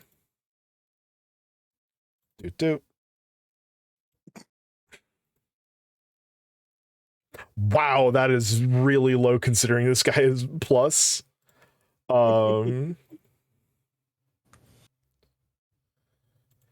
More skelly boys. More skelly boys. Oh no. More skelly boy. That's a huge grouping of skelly boy. More skelly boy. I'm gonna make the executive decision to maneuver a couple of these.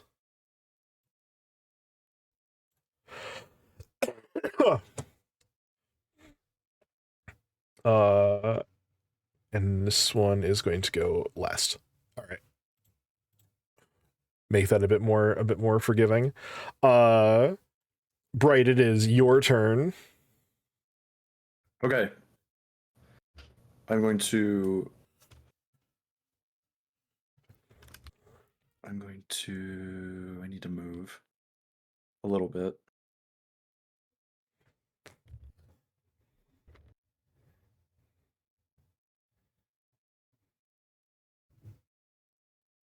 Move.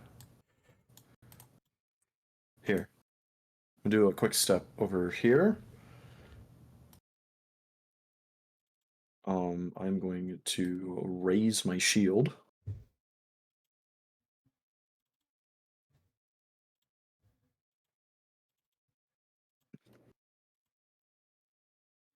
I'm basically going to step in front of Z and provide cover. Excellent. And then I'm going to use covering fire on the skeleton over here. Excellent. We have our first boss battle, so which is I think exciting. Very dramatic. Let's see. Can you make covering fire appear in they get like a -2 to something? Ranged attacks. Range attacks. Excellent. Good idea. I love it. As soon as I figure out how to get it over there. We're gonna Put it over in the chat. There. Yeah, there we go. There. Thank you. We're gonna put I'm gonna use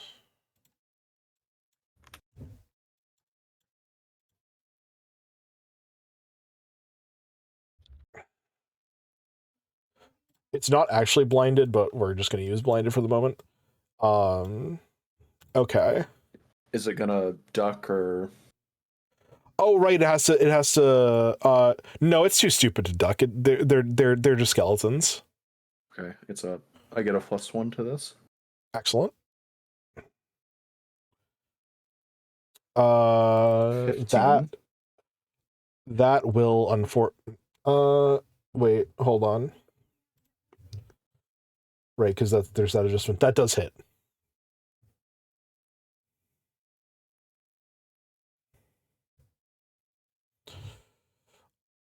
Unfortunately, similar thing happens. Your weapon just doesn't seem to be effective against these guys. That's okay. But you got the status condition, which is arguably more important. Next up is actually him. So he has -2 to range attacks. Is that just this round? I believe so. -2 penny range attacks rolls until the end of its next turn. Okay. So it is going to try and hit. It is going to try and shoot at Z. And it has a nope -2.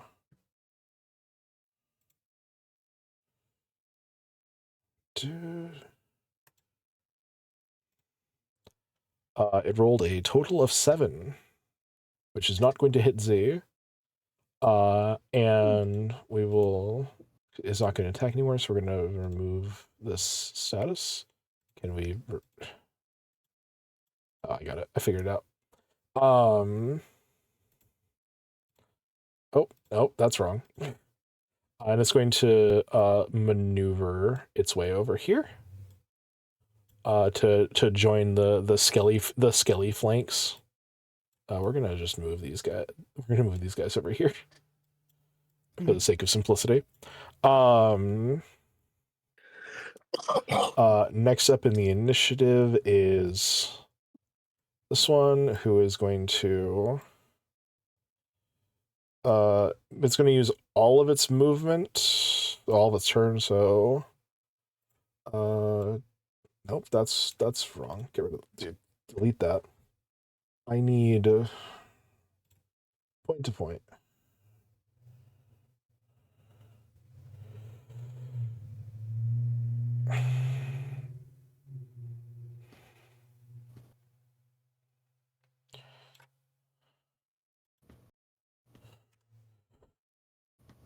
It is going to use all of its moves to go here. And now it is Z's turn. Okay.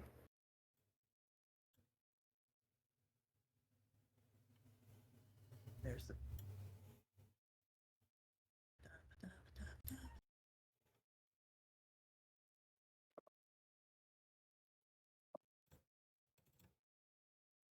Let's see.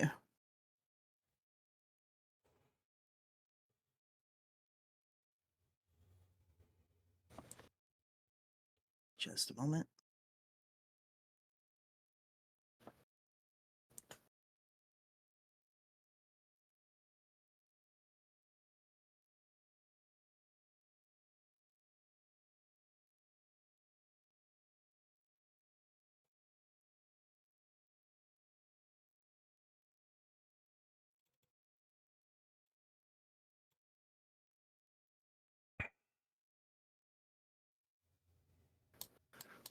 Sorry, give me just another moment.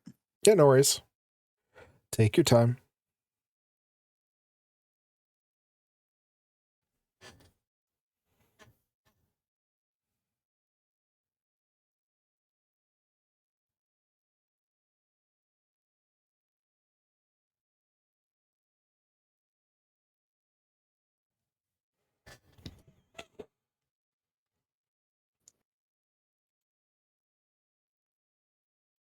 Check something.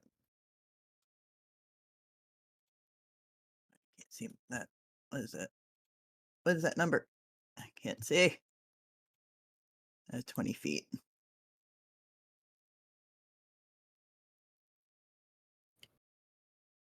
Okay. I want to. I think hold off on my turn. On my turn to see if these group up closer together. I have a spell I want to cast, but I want them to be closer together. Okay. So I'm going to see if they do. Okay. Sure thing. I forget how that works. I just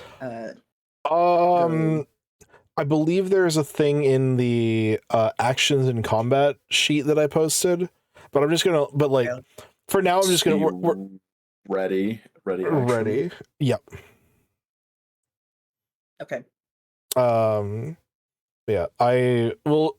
For now, we'll just say you did it, and while you go ahead and read through that, and we'll confirm that we're doing it the right way, and if not, whatever, it worked this time.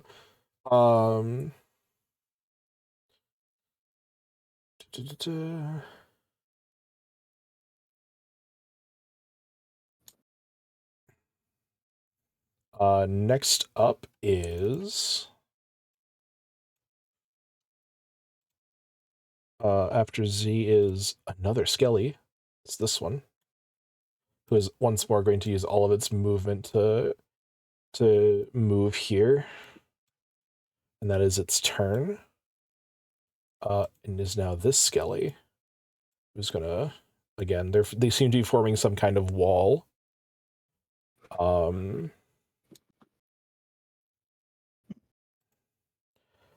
It is now the skeletal champion's turn. And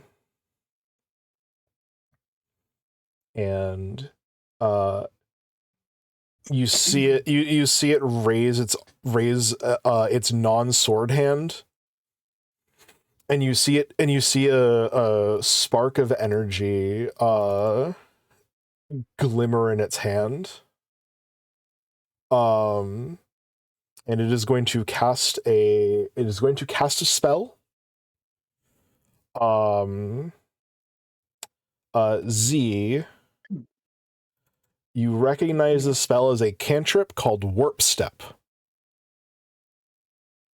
Ah, fun. Happens to. 1, 2, 3, 4, 5, 6, 7, 8, 9, 10. And you see it like move so swiftly it's as if it has an after image, and you see it move quickly and land near Pollux. Perfect. He's right in the right spot. And Pollux, it is the skeletal champion is going to make a strike attack against you with its long sword. So it does say prepare to take a single or free action as a reaction with a given trigger. That's the ready action. Okay. And your trigger was like Them being within 10 feet. Okay.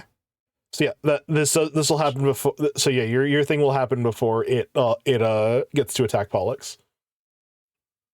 Okay, so I'm going to first pull up the right page here, and I'm going to do a Horizon Thunder Sphere. Ooh. Horizon Thunder Sphere. Uh-huh.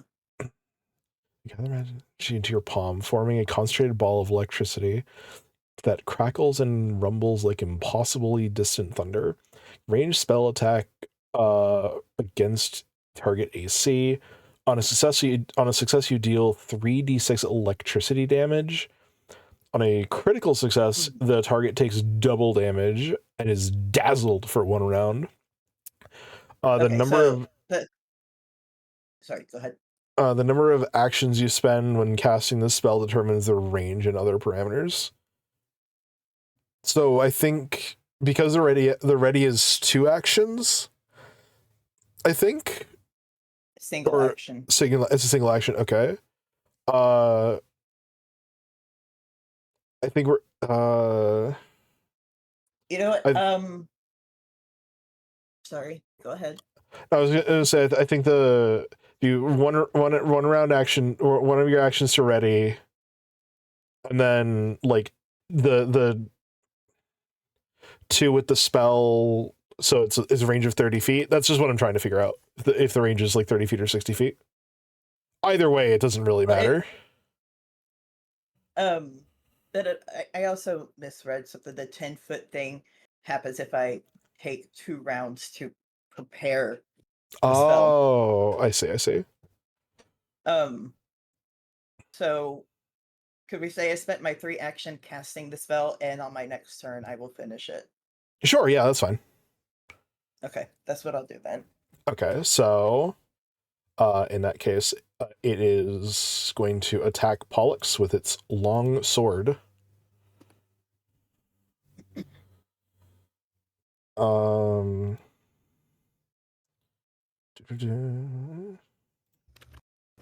is an 18 to hit you. Does that hit you, Pollux? Yeah, it matches. Okay. It is going to roll its damage. That is 11 points of damage.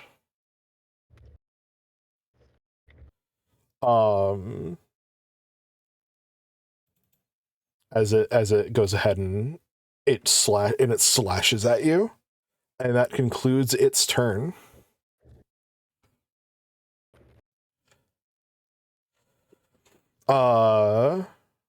You hear it both like in your face, Pollux, as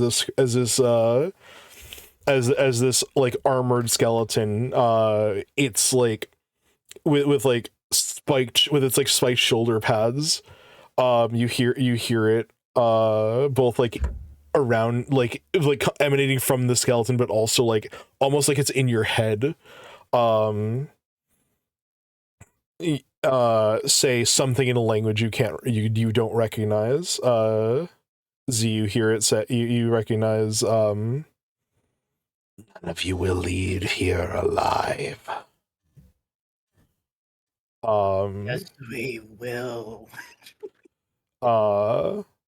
Next in initiative is Pollux. It is your turn.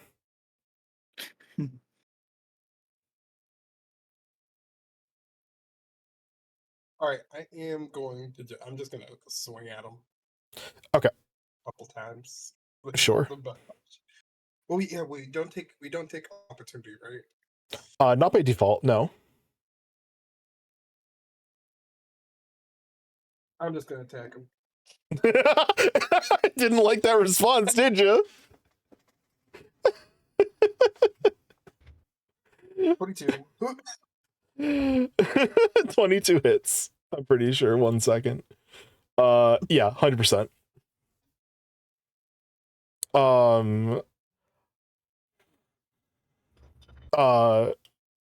So you slash into this creature, and your weapon seems to have no effect against it. You don't need to, there is no language barrier. You can hear it laughing at you.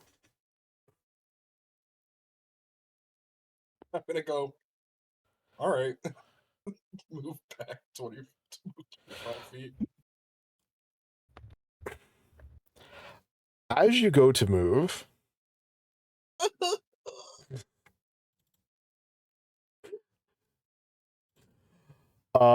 you trigger its reactive strike ability. And you get, it is going, and it gets to make a free claw attack against you, not with its sword, just with its claw. That is a 27, which you're very lucky is not one higher, because that would be a crit if it was one higher.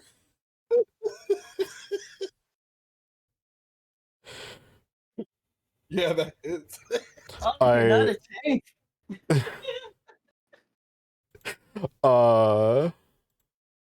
You take 10. Oh my god. Uh-oh. Are you still up? Knocked out. No. No.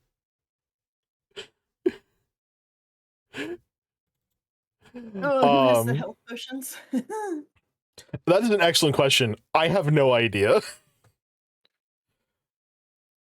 You never established who had them. So if whoever says I have them has them. As far as I'm concerned. But yeah, I'm pretty sure I said I'd take one. Yep. We'll see. He has one. I'll take the other one. Sure thing. But yeah, the two of you see Pollux try to strike the skeleton, the skeletal creature, and seeming to have no effect, it starts to laugh, and Pollux takes a step back before turning to bolt away from it, and as Pollux runs to leave, you see it just like reach out and like stab into Pollux's shoulder with its hand, with its like empty hand, laughing the entire way, and it just wrenches its hand free of Pollux, and Pollux collapses.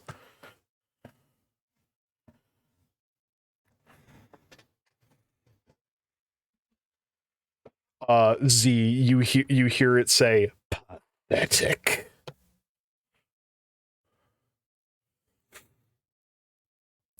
Next in initiative is Pollux. I need to look up the rules for how dying works. It was his turn. It was Pollux's turn. Yes, he did. Oh, right. You're right. So Not saved yet. Jim. no, yep. No, you're right. This one is going to move to form this line. And we are going to top of initiative is Bright. Okay. So Paulus get dropped. I'm gonna drop my pistol. Mm-hmm. And I'm gonna draw my sap, and I'm gonna run at this guy. You got it. And I'm gonna hit him with my sap. Go for it.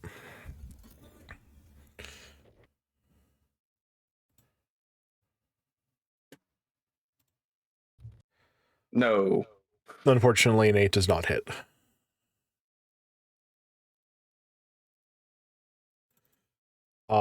That's all I got. You have... Oh, no, because the draw, right? Yep. All right.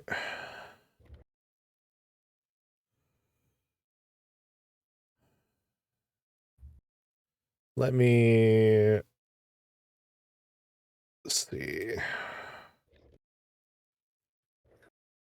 It is the Skelly's turn.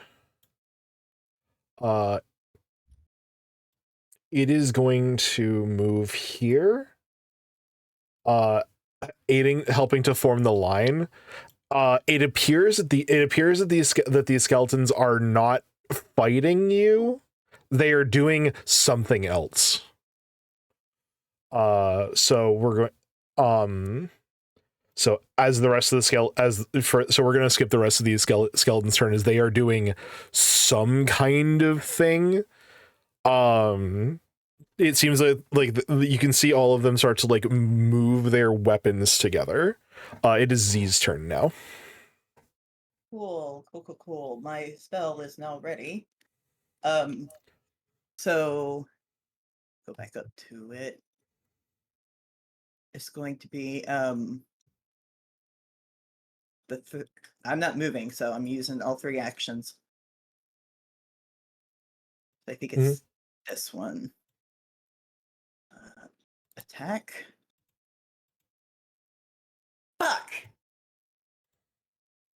Oh, I was going after one of the smaller skeletons in the background. Unfortunately, a 10 still misses. Eek. That's unfortunate. What happens then? It does explode though. Still, it does still explode. To all creatures within, so it's 2d6 electricity to all creatures within 10 feet.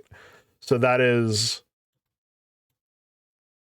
So I was aiming towards the middle one, so it does not get the middle one, but it'll get everyone else within 10 feet. They have to make a reflex save. Well, the middle one is still within 10 feet of its own space. Fair. So So they all have to make a reflex save. Sure. I'm sad because that would have been really cool if it would have hit. It still does damage. It's still going to do damage most likely. Reflex. Oh, of course, reflex is their good stat.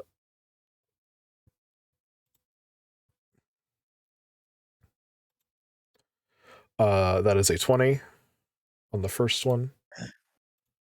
Okay. That is a 13 on the for the second one.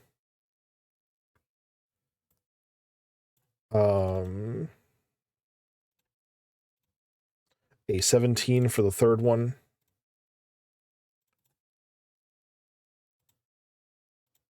A 19 for that one.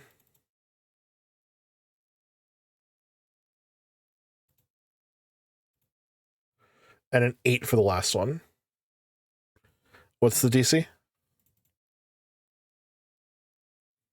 Give me 1 second. I'm trying to look at the wording of this. Yep. Because the wording specifically says whether you hit or miss, the ball of lightning explodes, dealing 2d6 electric damage to all other creatures in a 10-foot emanation around. Okay, so yeah, there's a basic reflex. There's the reflex save button or words. My DC, yes. Scroll. 17. All right, so this one succeeds. This one succeeds. This one succeeds. What about big guy? Oh, I didn't roll for big guy. Let's find out if big guy succeeds. Okay. Big guy critically succeeds, but I don't think that matters. Yeah, it's not like it gets half damage if it fails. And whatever that was. Four electric damage to the ones that did not succeed. You fire off your spell, and your spell seems to have no effect on any of them. Fuck. That was a waste of a spell slot. Cool. I apologize. We're all gonna die. Let me see. Unless they start hitting some really high numbers. It is the skeletal champion's turn. And he is going to attack you, Bright.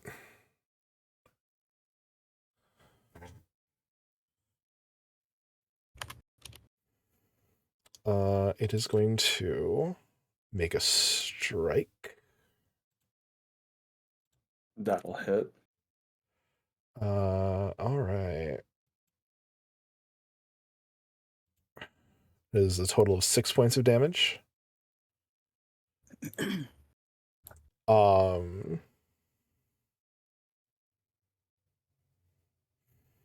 It is then going to raise up its hand again, and you see it seeming to cast that same spell once more. And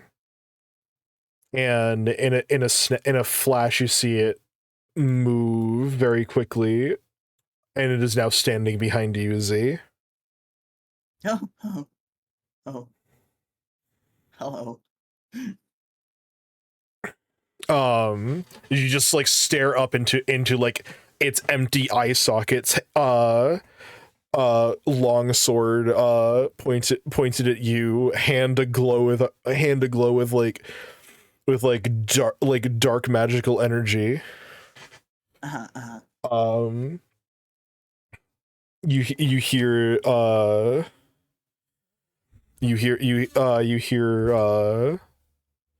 in its voidal tongue, "Flee, mortals."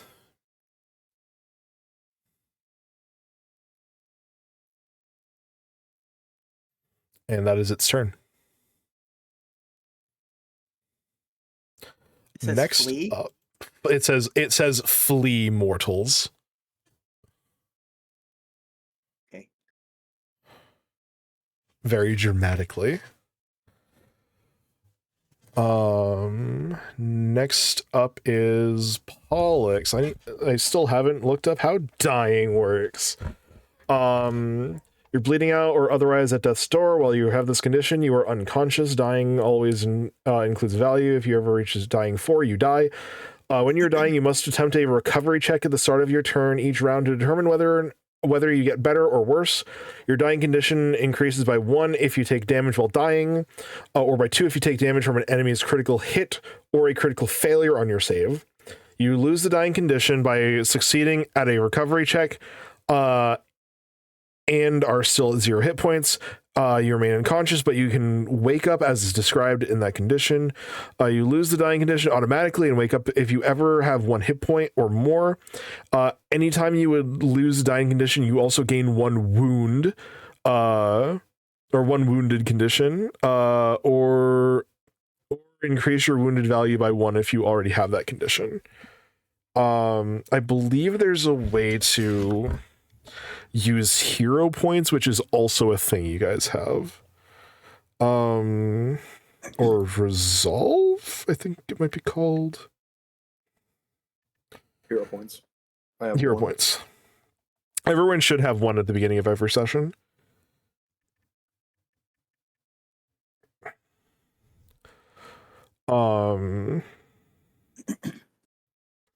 Spend one hero point to reroll check. Spend all your hero points to avoid death.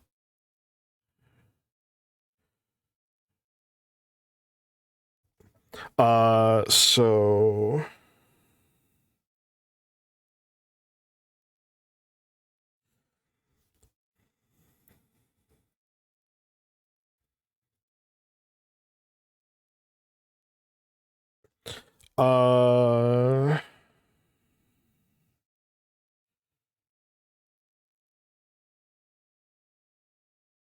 recovery check is it's a flat check, like a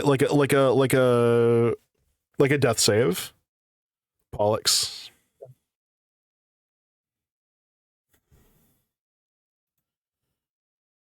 Uh, 17 is a success. All right. Reduce your dying value by 1. Which I believe makes you stabilize, I think.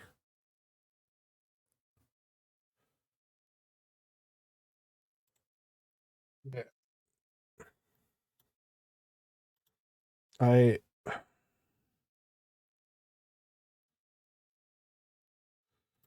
Okay. And you are now wounded 1. I have 1 hit point. It's not 0. I think you're still at 0. You're unconscious. Top of initiative is you, Bubs. Okay.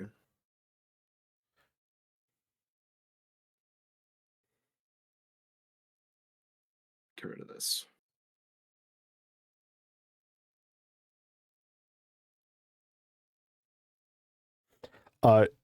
Feeding someone a potion is an action. Yeah. In case any as a reminder.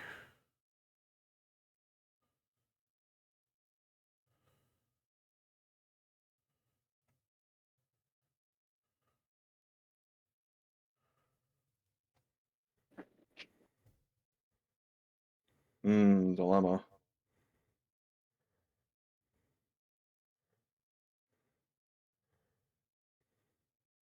Well, heat of the moment, we're gonna run over here. We're gonna help.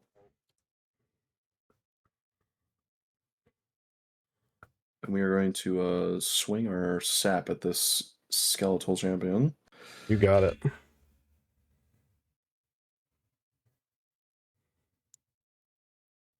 Oh, chat can't actually see. 1 second. 25. 25 does hit. 6 damage. All of that goes through. Yeah, you heat of the moment, you run up to the skeletal champion and then just bash it with your you bash into it with your club. And you just, like, as you do, you just hear bone breaking as you bash into its side. You have 1 more action. What would you like to do? Hit it again Sure. with an 8.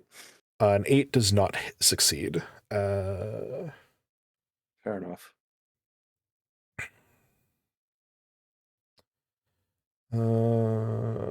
It is now Z's turn. Okay. So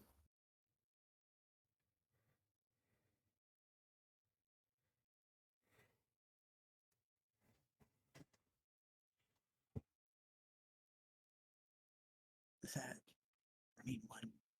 Oh shit. I swear it was ready. Where the fuck did the window go that I was looking at? There it is.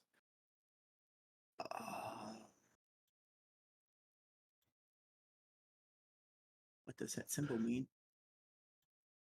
Oh, does it mean free action?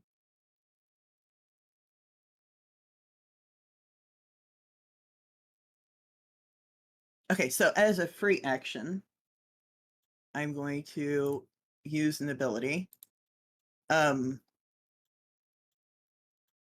Drain familiar. So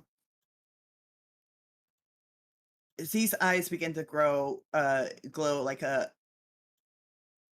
purplish color, and off up in a tree, their familiar starts to glow as the gains enough spell power to cast. Because I'm out of spell slots, so I'm using this as a last ditch thing. I'm gonna do the Force Barrage once again Seems reasonable. on this fucker in front of me. So well, I don't know how much health he'll have, so I'll just start rolling. Sure. It's a wise choice. So I just see 2 points of damage. It's not nothing. And max damage. Excellent. It's still And up. then yep, here we go. One more. Max damage. How do you want to do this? So this tiny little gnome yells back in its language.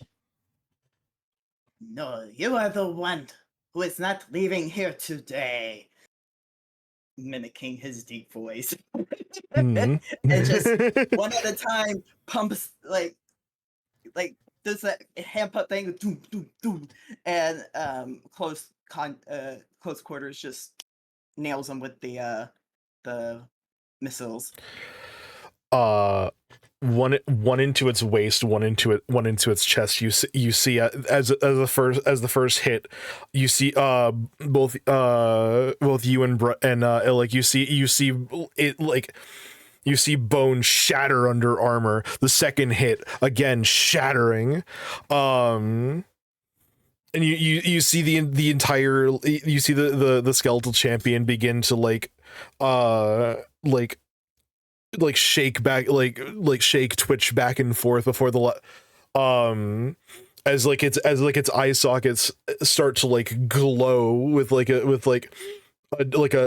dark like voidal energy before as it reaches out it's like its sword as it reaches out, its hand carrying its sword to try and make one final strike at you, Z. Your last blast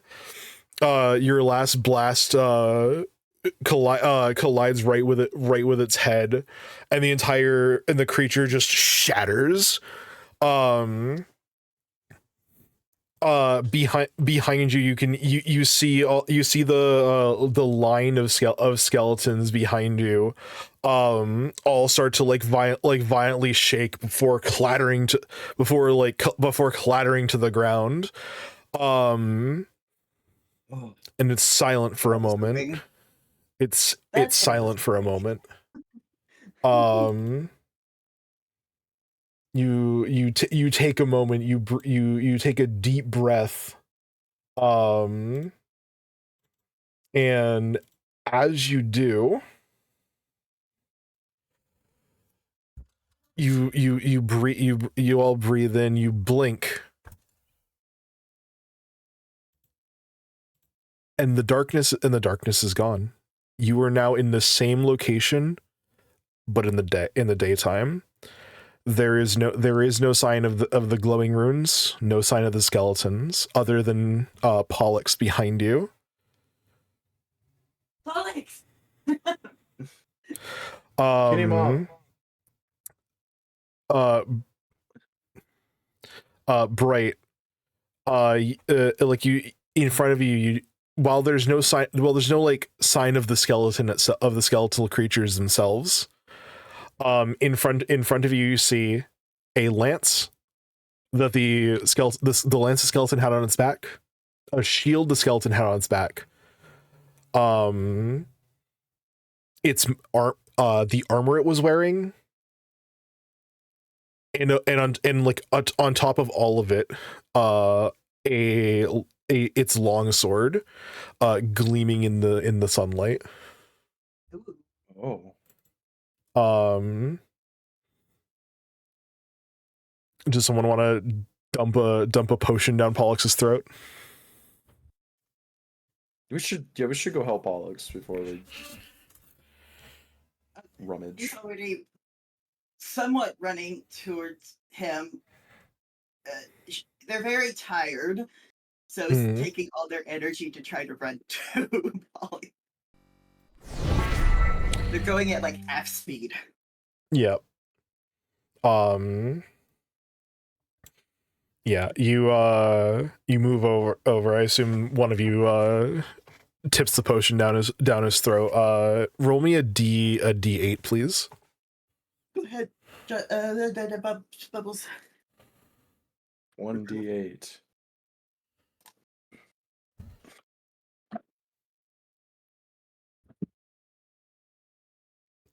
Pollux, you're awoken with 2 HP. It is now daytime. As you awaken. He's gonna get the other potion too. Sure. Just in case. Because as you said, we don't have a healer. Yep. Just as soon as you're like blinking awake, about to fully like take in the world, another potion bottle is shoved into your mouth, and you regain an additional 5 hit points. Apparently, my familiar rolled it. It's fine. Oh wait.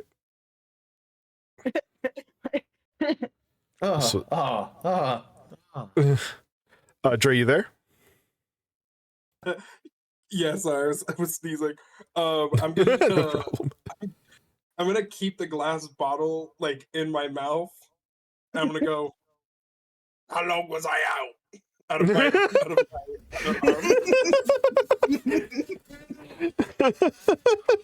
Going out long. Are you well? Z is just gonna be confused and then just kind of collapse on the ground. I pull Pollux to his feet.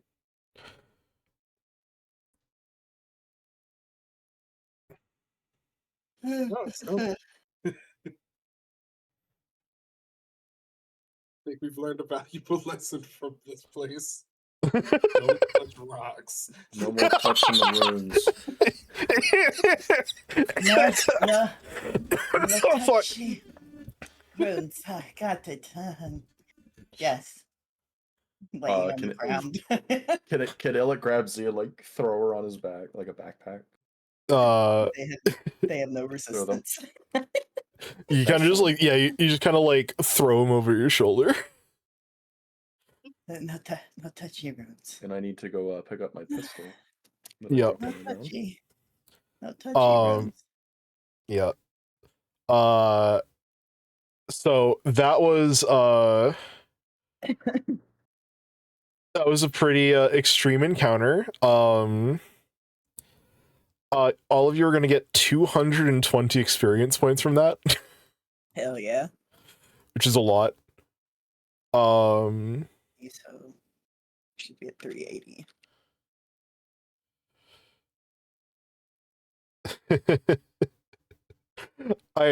That was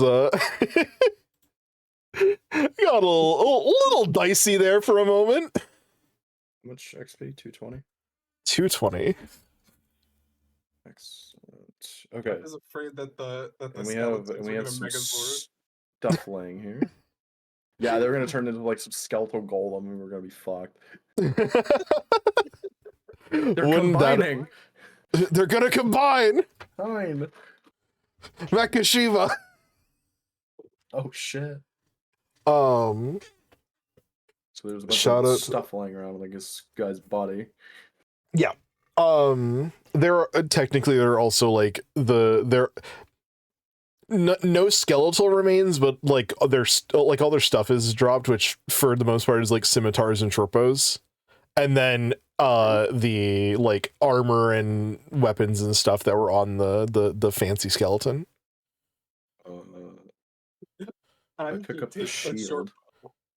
Sure. I pick up this guy's shield and like look at it. Yes, it is a steel shield. I don't know if that's better, if that's like better or the same than what you have. That's the same thing I have. This guy's got good taste. Yeah, but if yours breaks, because it might, now you have a second one.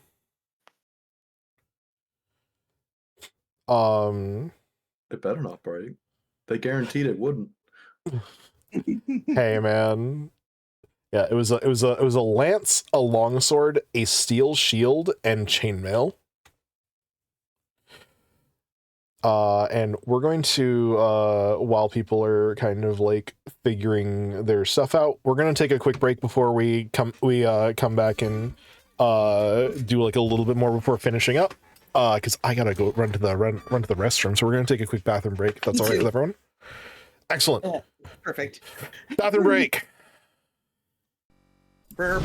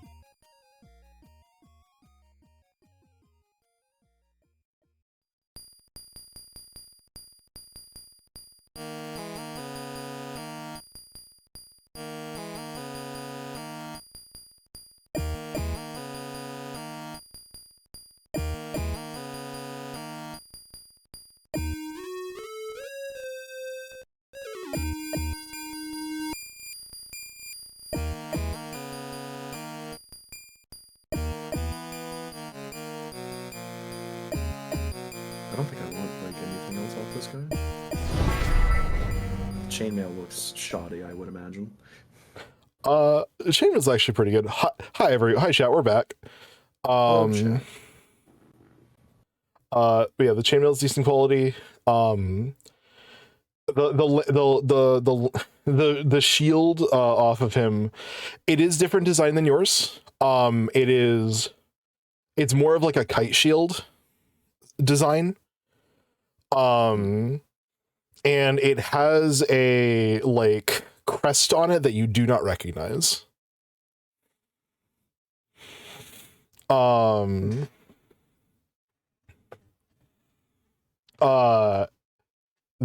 lance is a little rusty around the edges, but it's fine. It'll definitely work. The longsword is pristine.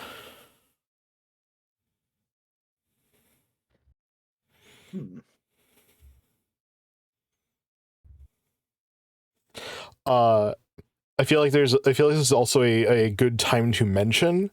Pathfinder is very much the kind of system that assumes that you are looting bodies and selling them back to merchants. At the very least.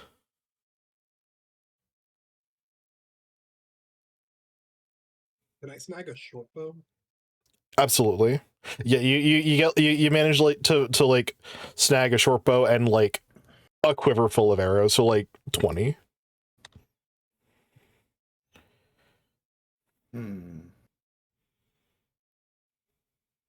There's nothing that my character's gonna want.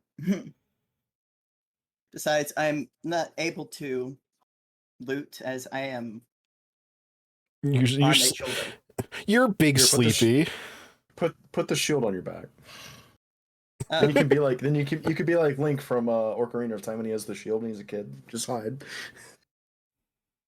I will say that just turtle shield. Z is alternating between common and void. As they deliriously sit or drape there on right shoulder. So he just hears in common one thing and in void another thing. Right.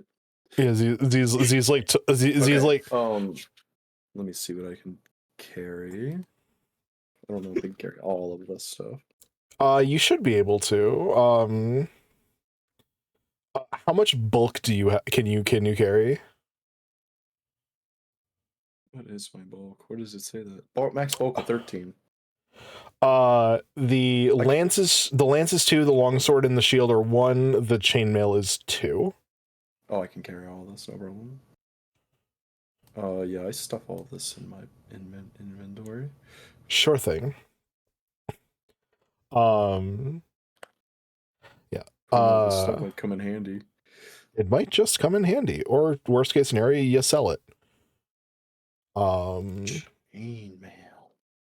Chainmail. Which is basically the same thing I have, but it's noisy. Wah. Straight downgrade. Since I don't Um, sneak, but I like sneaking because sneaking's fun. also, Dre, do you like the skeletal champion token? Yeah, yes, I also like that. I was scared for a moment. Do you recognize that one too? You better. It looked like I'm Cthulhu. gonna probably know all of them, but I want to be a Yeah. good boy and not go. Quabbin is from Pokemon. There's a classic Magic the Gathering card called Necropotence. It's not even a creature, it's not a skeleton, but there is a skeleton in the art, and that's the art I stole. Fair enough. And I'm like, I have to use this one. Dre will recognize it, and it'll be funny it'll be funny if I just hear Dre go, it'll like inhale. So But yeah, you so have the option of void.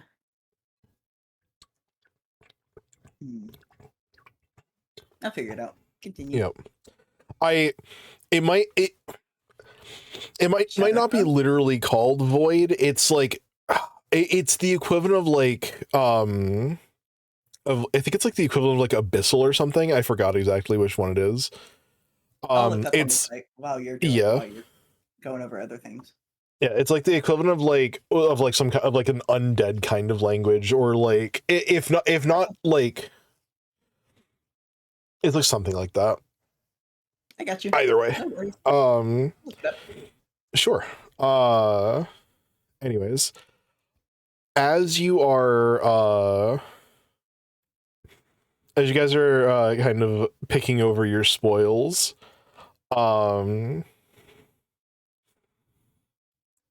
is there anything else you guys want to do while you're here? Oh, there's a pebble in my boot. Oh, hold on, I forgot to turn the music on. There we go. Do we still not see anyone around here? Why don't you go ahead and make me another perception check now that it's not whatever the fuck that was.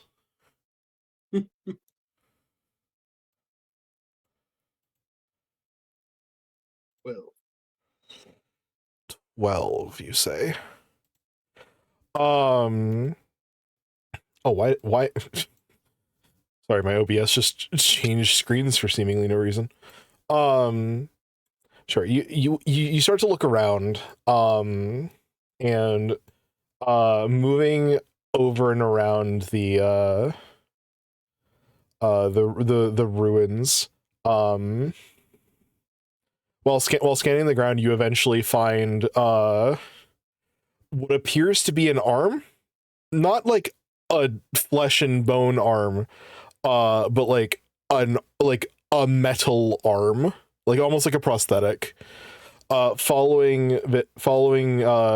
bits around, you continue over and you see what appears to be a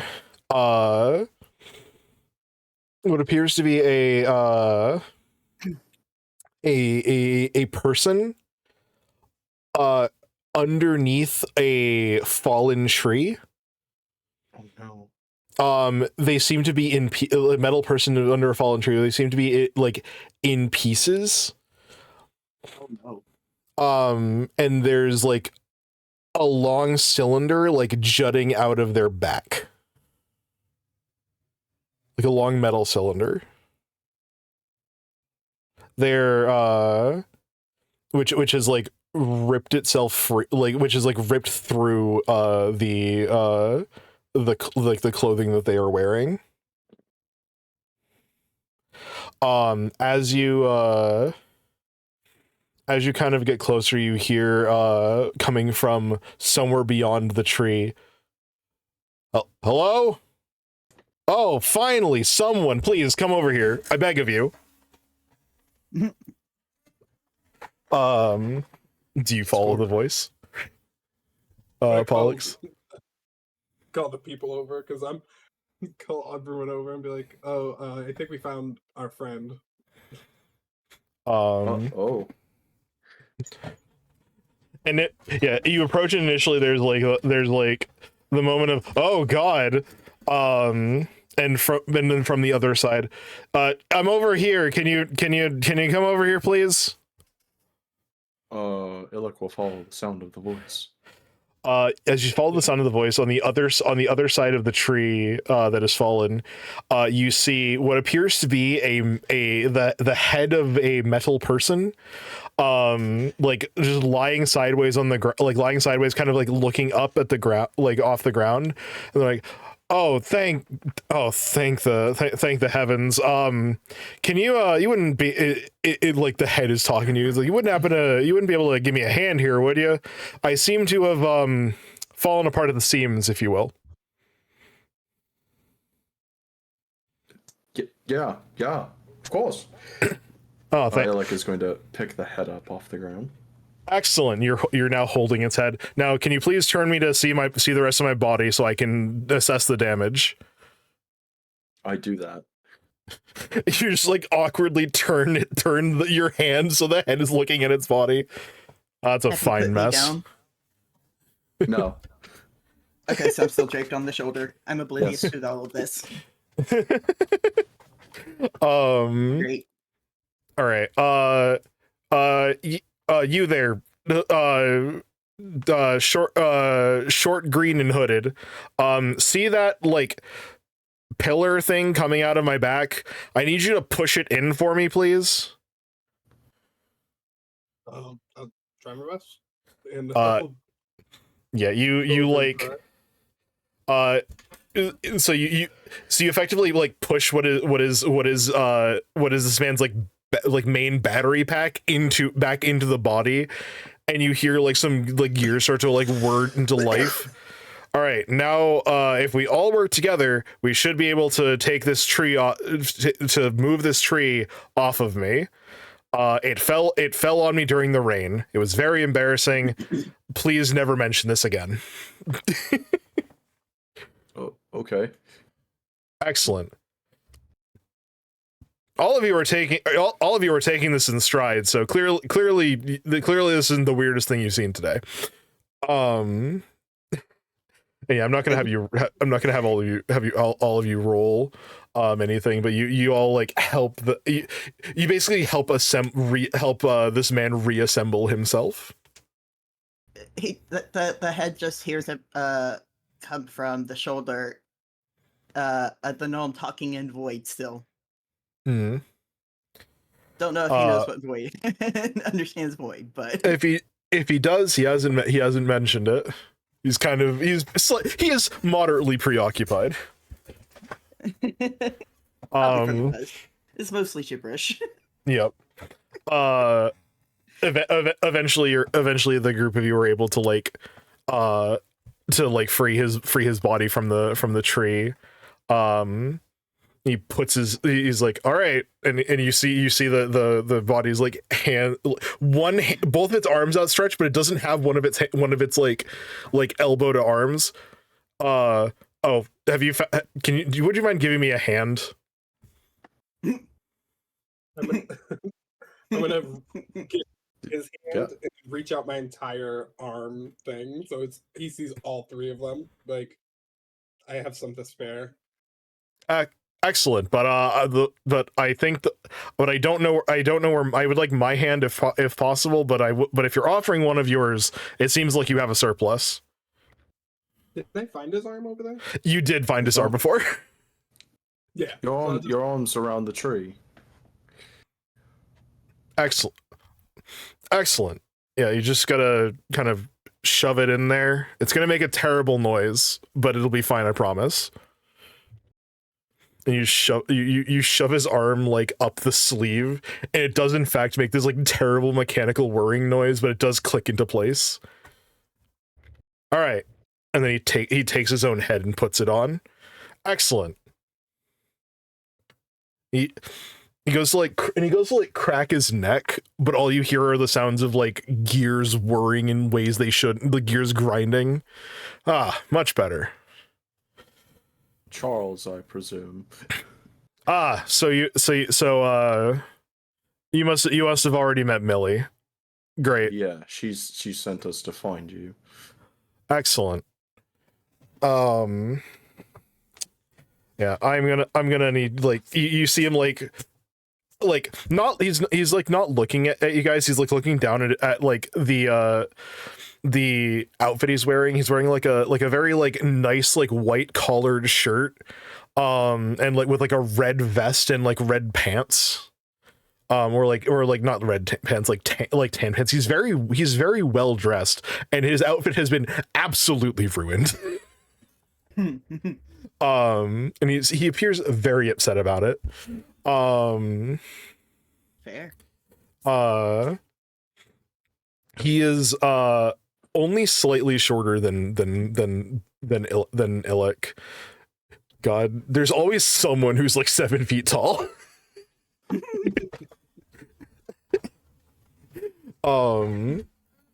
Yeah, Charles is fairly tall. He's like upper 6 feet, like 6'7" ish.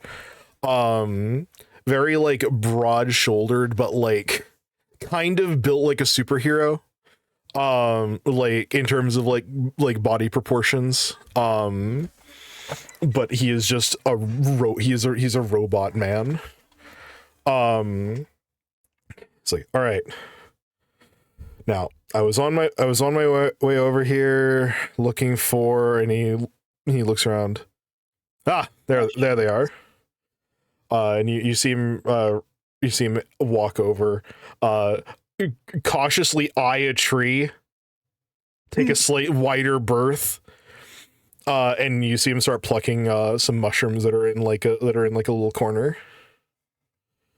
After like a few moments of, If the funny thing, my character wasn't out of it. I have a cantrip called Timber. That's so funny. I'm yelling timber. Is it possible to like investigate or something like that? You can, let me, because I know there's, because like most of the skill is perception. So if you want to like look around for stuff, you can. Yeah, I want to look for that book or like the spell book that. Yeah, Rose that was spell talking book. I'm glad you remembered, because I was not going to remind you. about. I have a book for this campaign.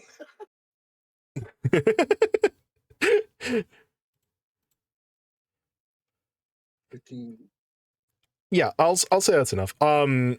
You go to look around like this, while Charles is collecting mushrooms, you start heading, you start looking around, in the center of this of this like ruin. You're able to like underneath some rubble, you see what appears to be like the edge of a book, and after like reaching underneath it and moving some rubble, you are able to find the book. It is it doesn't look that old, but it's fairly worn already.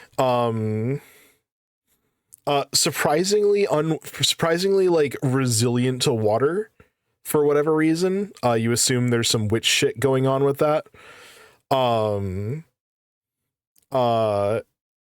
As you try to open it, the book does not budge.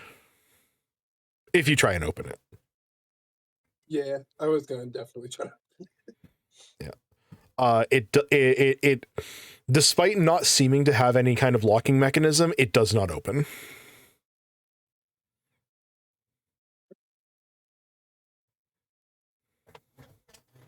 After a few moments,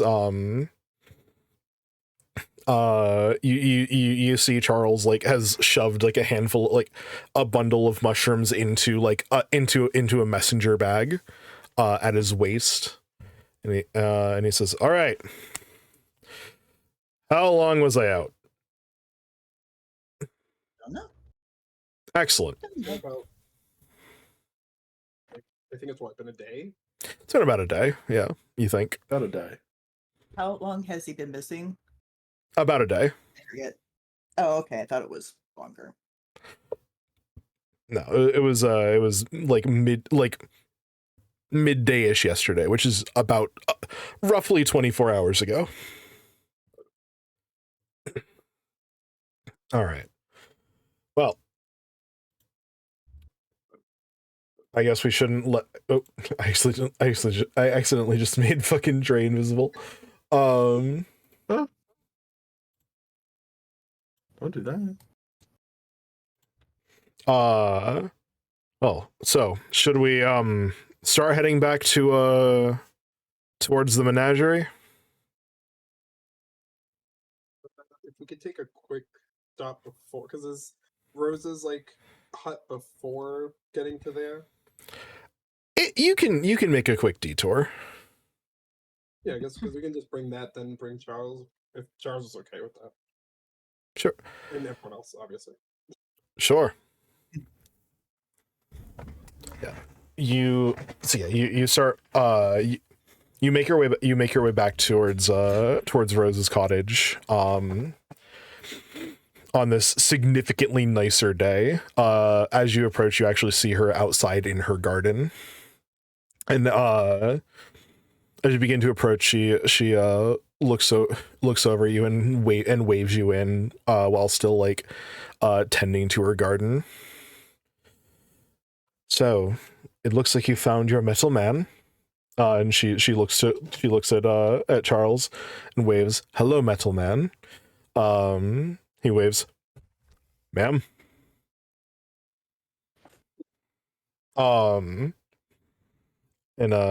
She what's up? Yep, that's just Zzy making sounds. Sure. You and so you wouldn't, I assume you wouldn't be back if you hadn't found the book. We have found your book. Excellent. I'll hand it over to her. Yeah, she takes the book, gives it a look over, waves her hand over it, tries and she is able to open it, flips through it. This is indeed hers. You see her put it down beside her. My thanks. That was very kind of you. Should you need any aid, I am more than willing to help. Well, don't take that the wrong way. I'm not going to come with you or anything. But should you need medical attention, I can certainly help with that. That is mostly what I do for the townsfolk when they come to me. Since you mentioned that,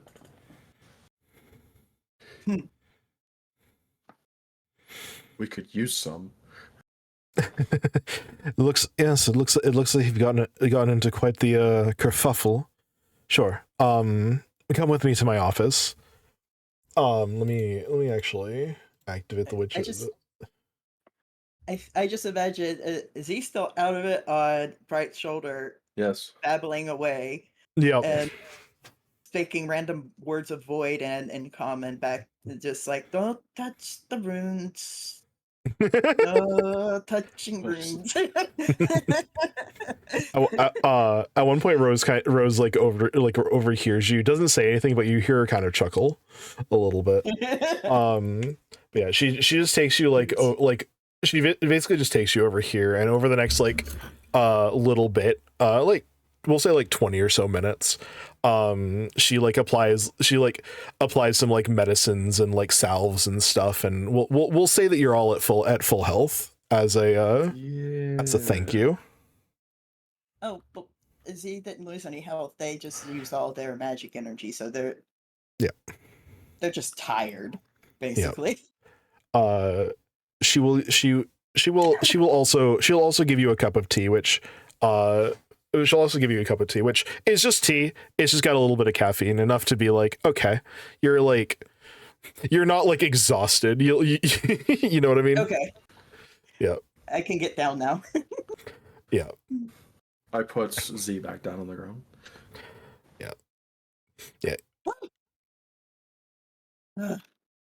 Okay. Yeah, she patches you up quite a bit. And there'll probably be some scarring for some of these wounds. Be very careful of your shoulder, she says, and she looks at Pollux. I would recommend stretching it very thoroughly every morning. Make sure it doesn't seize up or anything like that. But you should be good to go.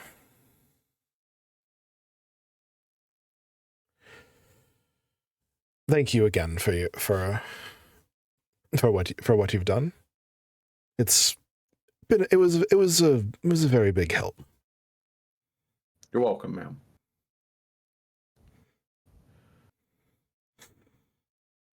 Oh, and here for the road, and she hands you a little parcel. It's got some fresh veggies and fruits and stuff from her garden. Thank you. Of course. Did we get back to full HP, or was it a specific amount? No, she patches you up. You're at full. I'm also not wounded anymore. Hey.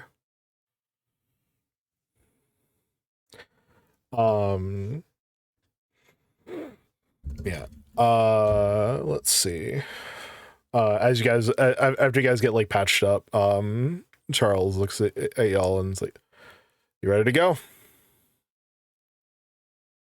Indeed. That sounds good. Excellent. I can lead the way from here. No, no getting lost on my watch. And he does in fact lead you exactly where you need to go. Eventually you make it back to the hold on, there's fucking bunch of things for Skelly boys in front of the thing I need to click. There's no escape. There's no escape. By the time you eventually make it back to the ambush area, it is starting to get dark. Million clouds have made their way out of the cart and are like fiddling with the fire, arguing about like cooking something. Both having very, very different ideas about how red meat should be cooked and to what doneness. Millie likes from what you can gather, Millie likes her meat well done like a heathen. Ugh. We're knocking off points for that.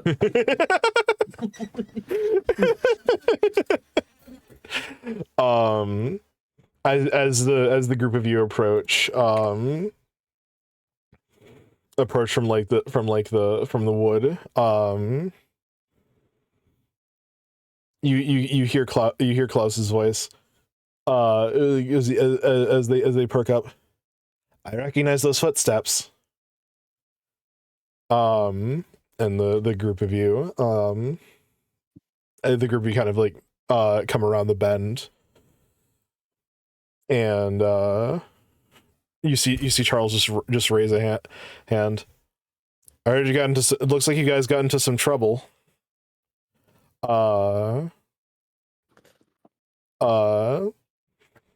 Millie responds, that we did. And turns to the group of you. Thank you very much for bringing our pilot back. It's very appreciative. We very much appreciate it. And that she starts to trail off as she looks to the group of you. And who has the sword? Illic does. Put it in his backpack. Mhm. Yeah, it's kind of like sticking out because it won't all fit. Yeah. And you see that like that's what Millie is focused on. She looks at like, you found a special toy.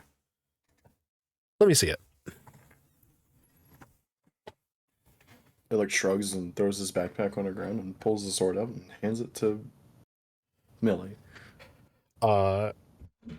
You see Millie take the sword and she's like examining it.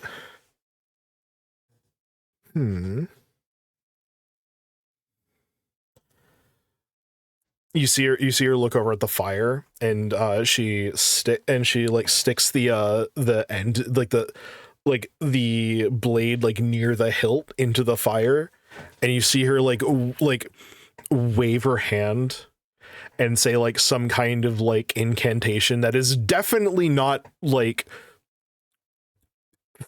academically correct. She definitely is like she's like, abracadabra, just fucking show me what it does. And you see a line of arcane runes appear at the base of the blade. Huh. You found some magic stuff. That's pretty fancy for you. And she puts the sheath back in. The sword has a magic rune on it. It'll be a bit more effective magically. It's bad to touch runes. Sometimes yes, but this one is fine. Oh, okay. Runes on like terrible ruins you find in the woods, for example, definitely bad. Runes on weapons, usually pretty good, actually. You don't say. Well, that's just kind of common knowledge. Everyone knows that. Yeah, that's right. Everyone knows that. Yes. Everyone knows that. Glares at Anyway, Talking about this is called a quality rune. You need this to add more magic to things, but on its own it will just like make the weapon a bit more effective. You can also move them onto different things. If you have the know-how, which I of course do, and she like dramatically like gestures to herself and like tilts her head and gives like a very like used car salesman kind of smile. I of course know how to do it, should the need arise.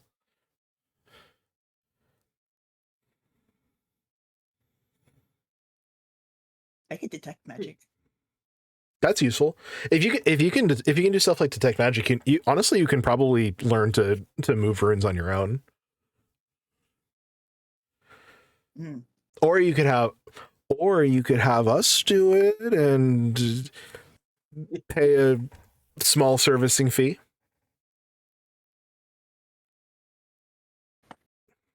That's what you're going to do. Their head.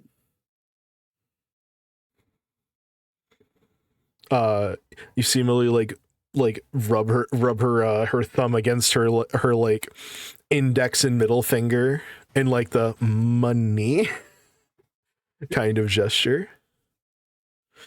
Would that get put on like Pollux's like not Pollux's Bubbles like gun. We could put it on the gun, yeah. 'Cause I think that would be cool. If Bubbles would want magic gun. I'll even do it for free just this once, because you did save my pilot. Okay. Freezing my budget. All right. Yeah, transfer the rune from the sword onto my pistol. Yeah. It is so your pistol will now have a +1 quality rune. Can I add that on? I have no idea. If not, we will You can figure it assume, out. Mm, We'll did you find there it? we go. Excellent. Precious material, potency rune. That's it. Yeah. +2 potency, correct? +1. +1.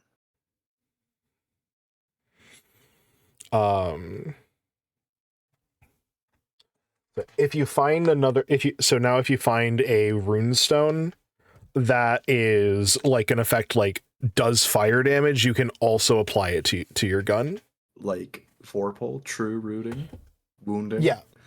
Well, not Vorpal. You can't have a Vorpal gun. Who says? That's an option.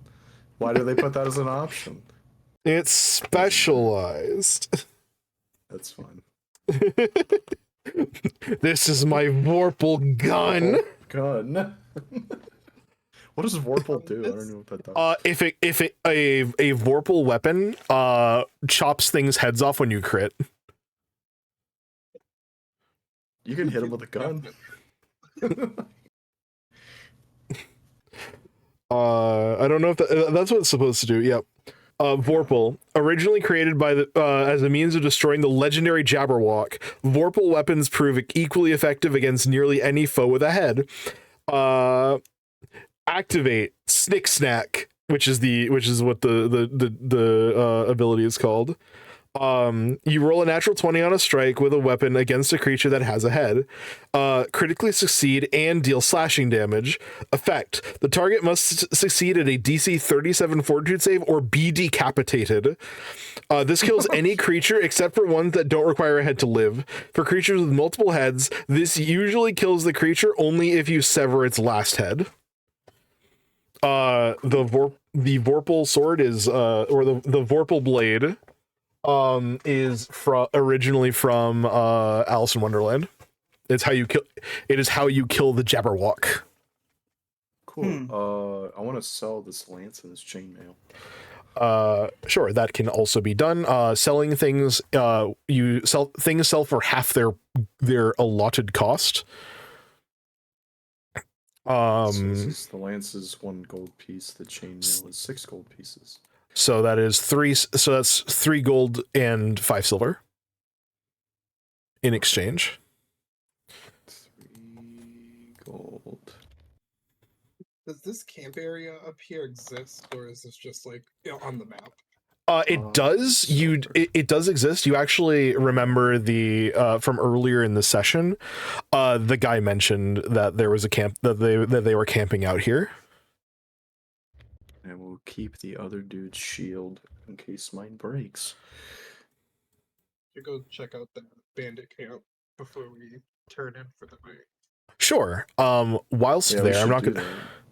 You can even use the camp itself for the night. Yeah, true. Yeah. Whilst Yeah, there's you are nobody there. while you are there, or not while you're there, while you're looking around, you will find about 17 gold pieces, or not gold pieces, excuse me, 17 silver pieces strewn strewn like by like invading people's spaces. A handful of like short swords and daggers and stuff. About 3 of each. And enough rations to easily get you through the next day. Ooh, I'll take a dagger. Sure. Put a dagger in my belt. That might be useful. Are there more arrows? Yeah, I'll say you find like another quiver's worth of arrows. So like another 20. Oh, there was 20 that first time. I only put 10. Cool. So you have like 40 arrows. I have money. You have money now. I'm not broke. Yeah. And with that, we're going to call the session. I think that's a good enough place to stop it. As you guys start to get some rest.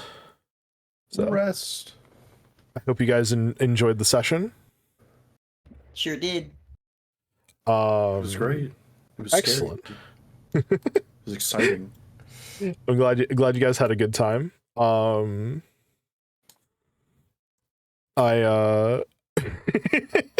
that skeleton encounter kind of was a bit spooky. Spooky, scary skeletons.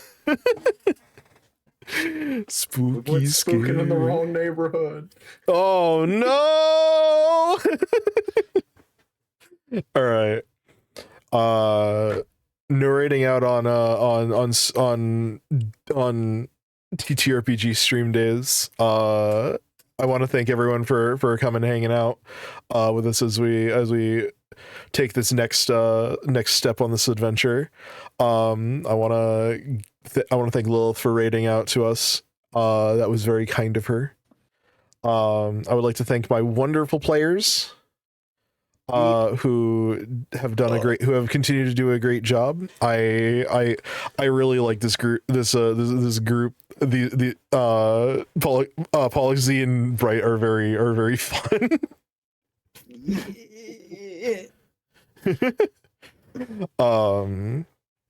But that'll be us for tonight. Next session's in 2 weeks, hopefully with a new player.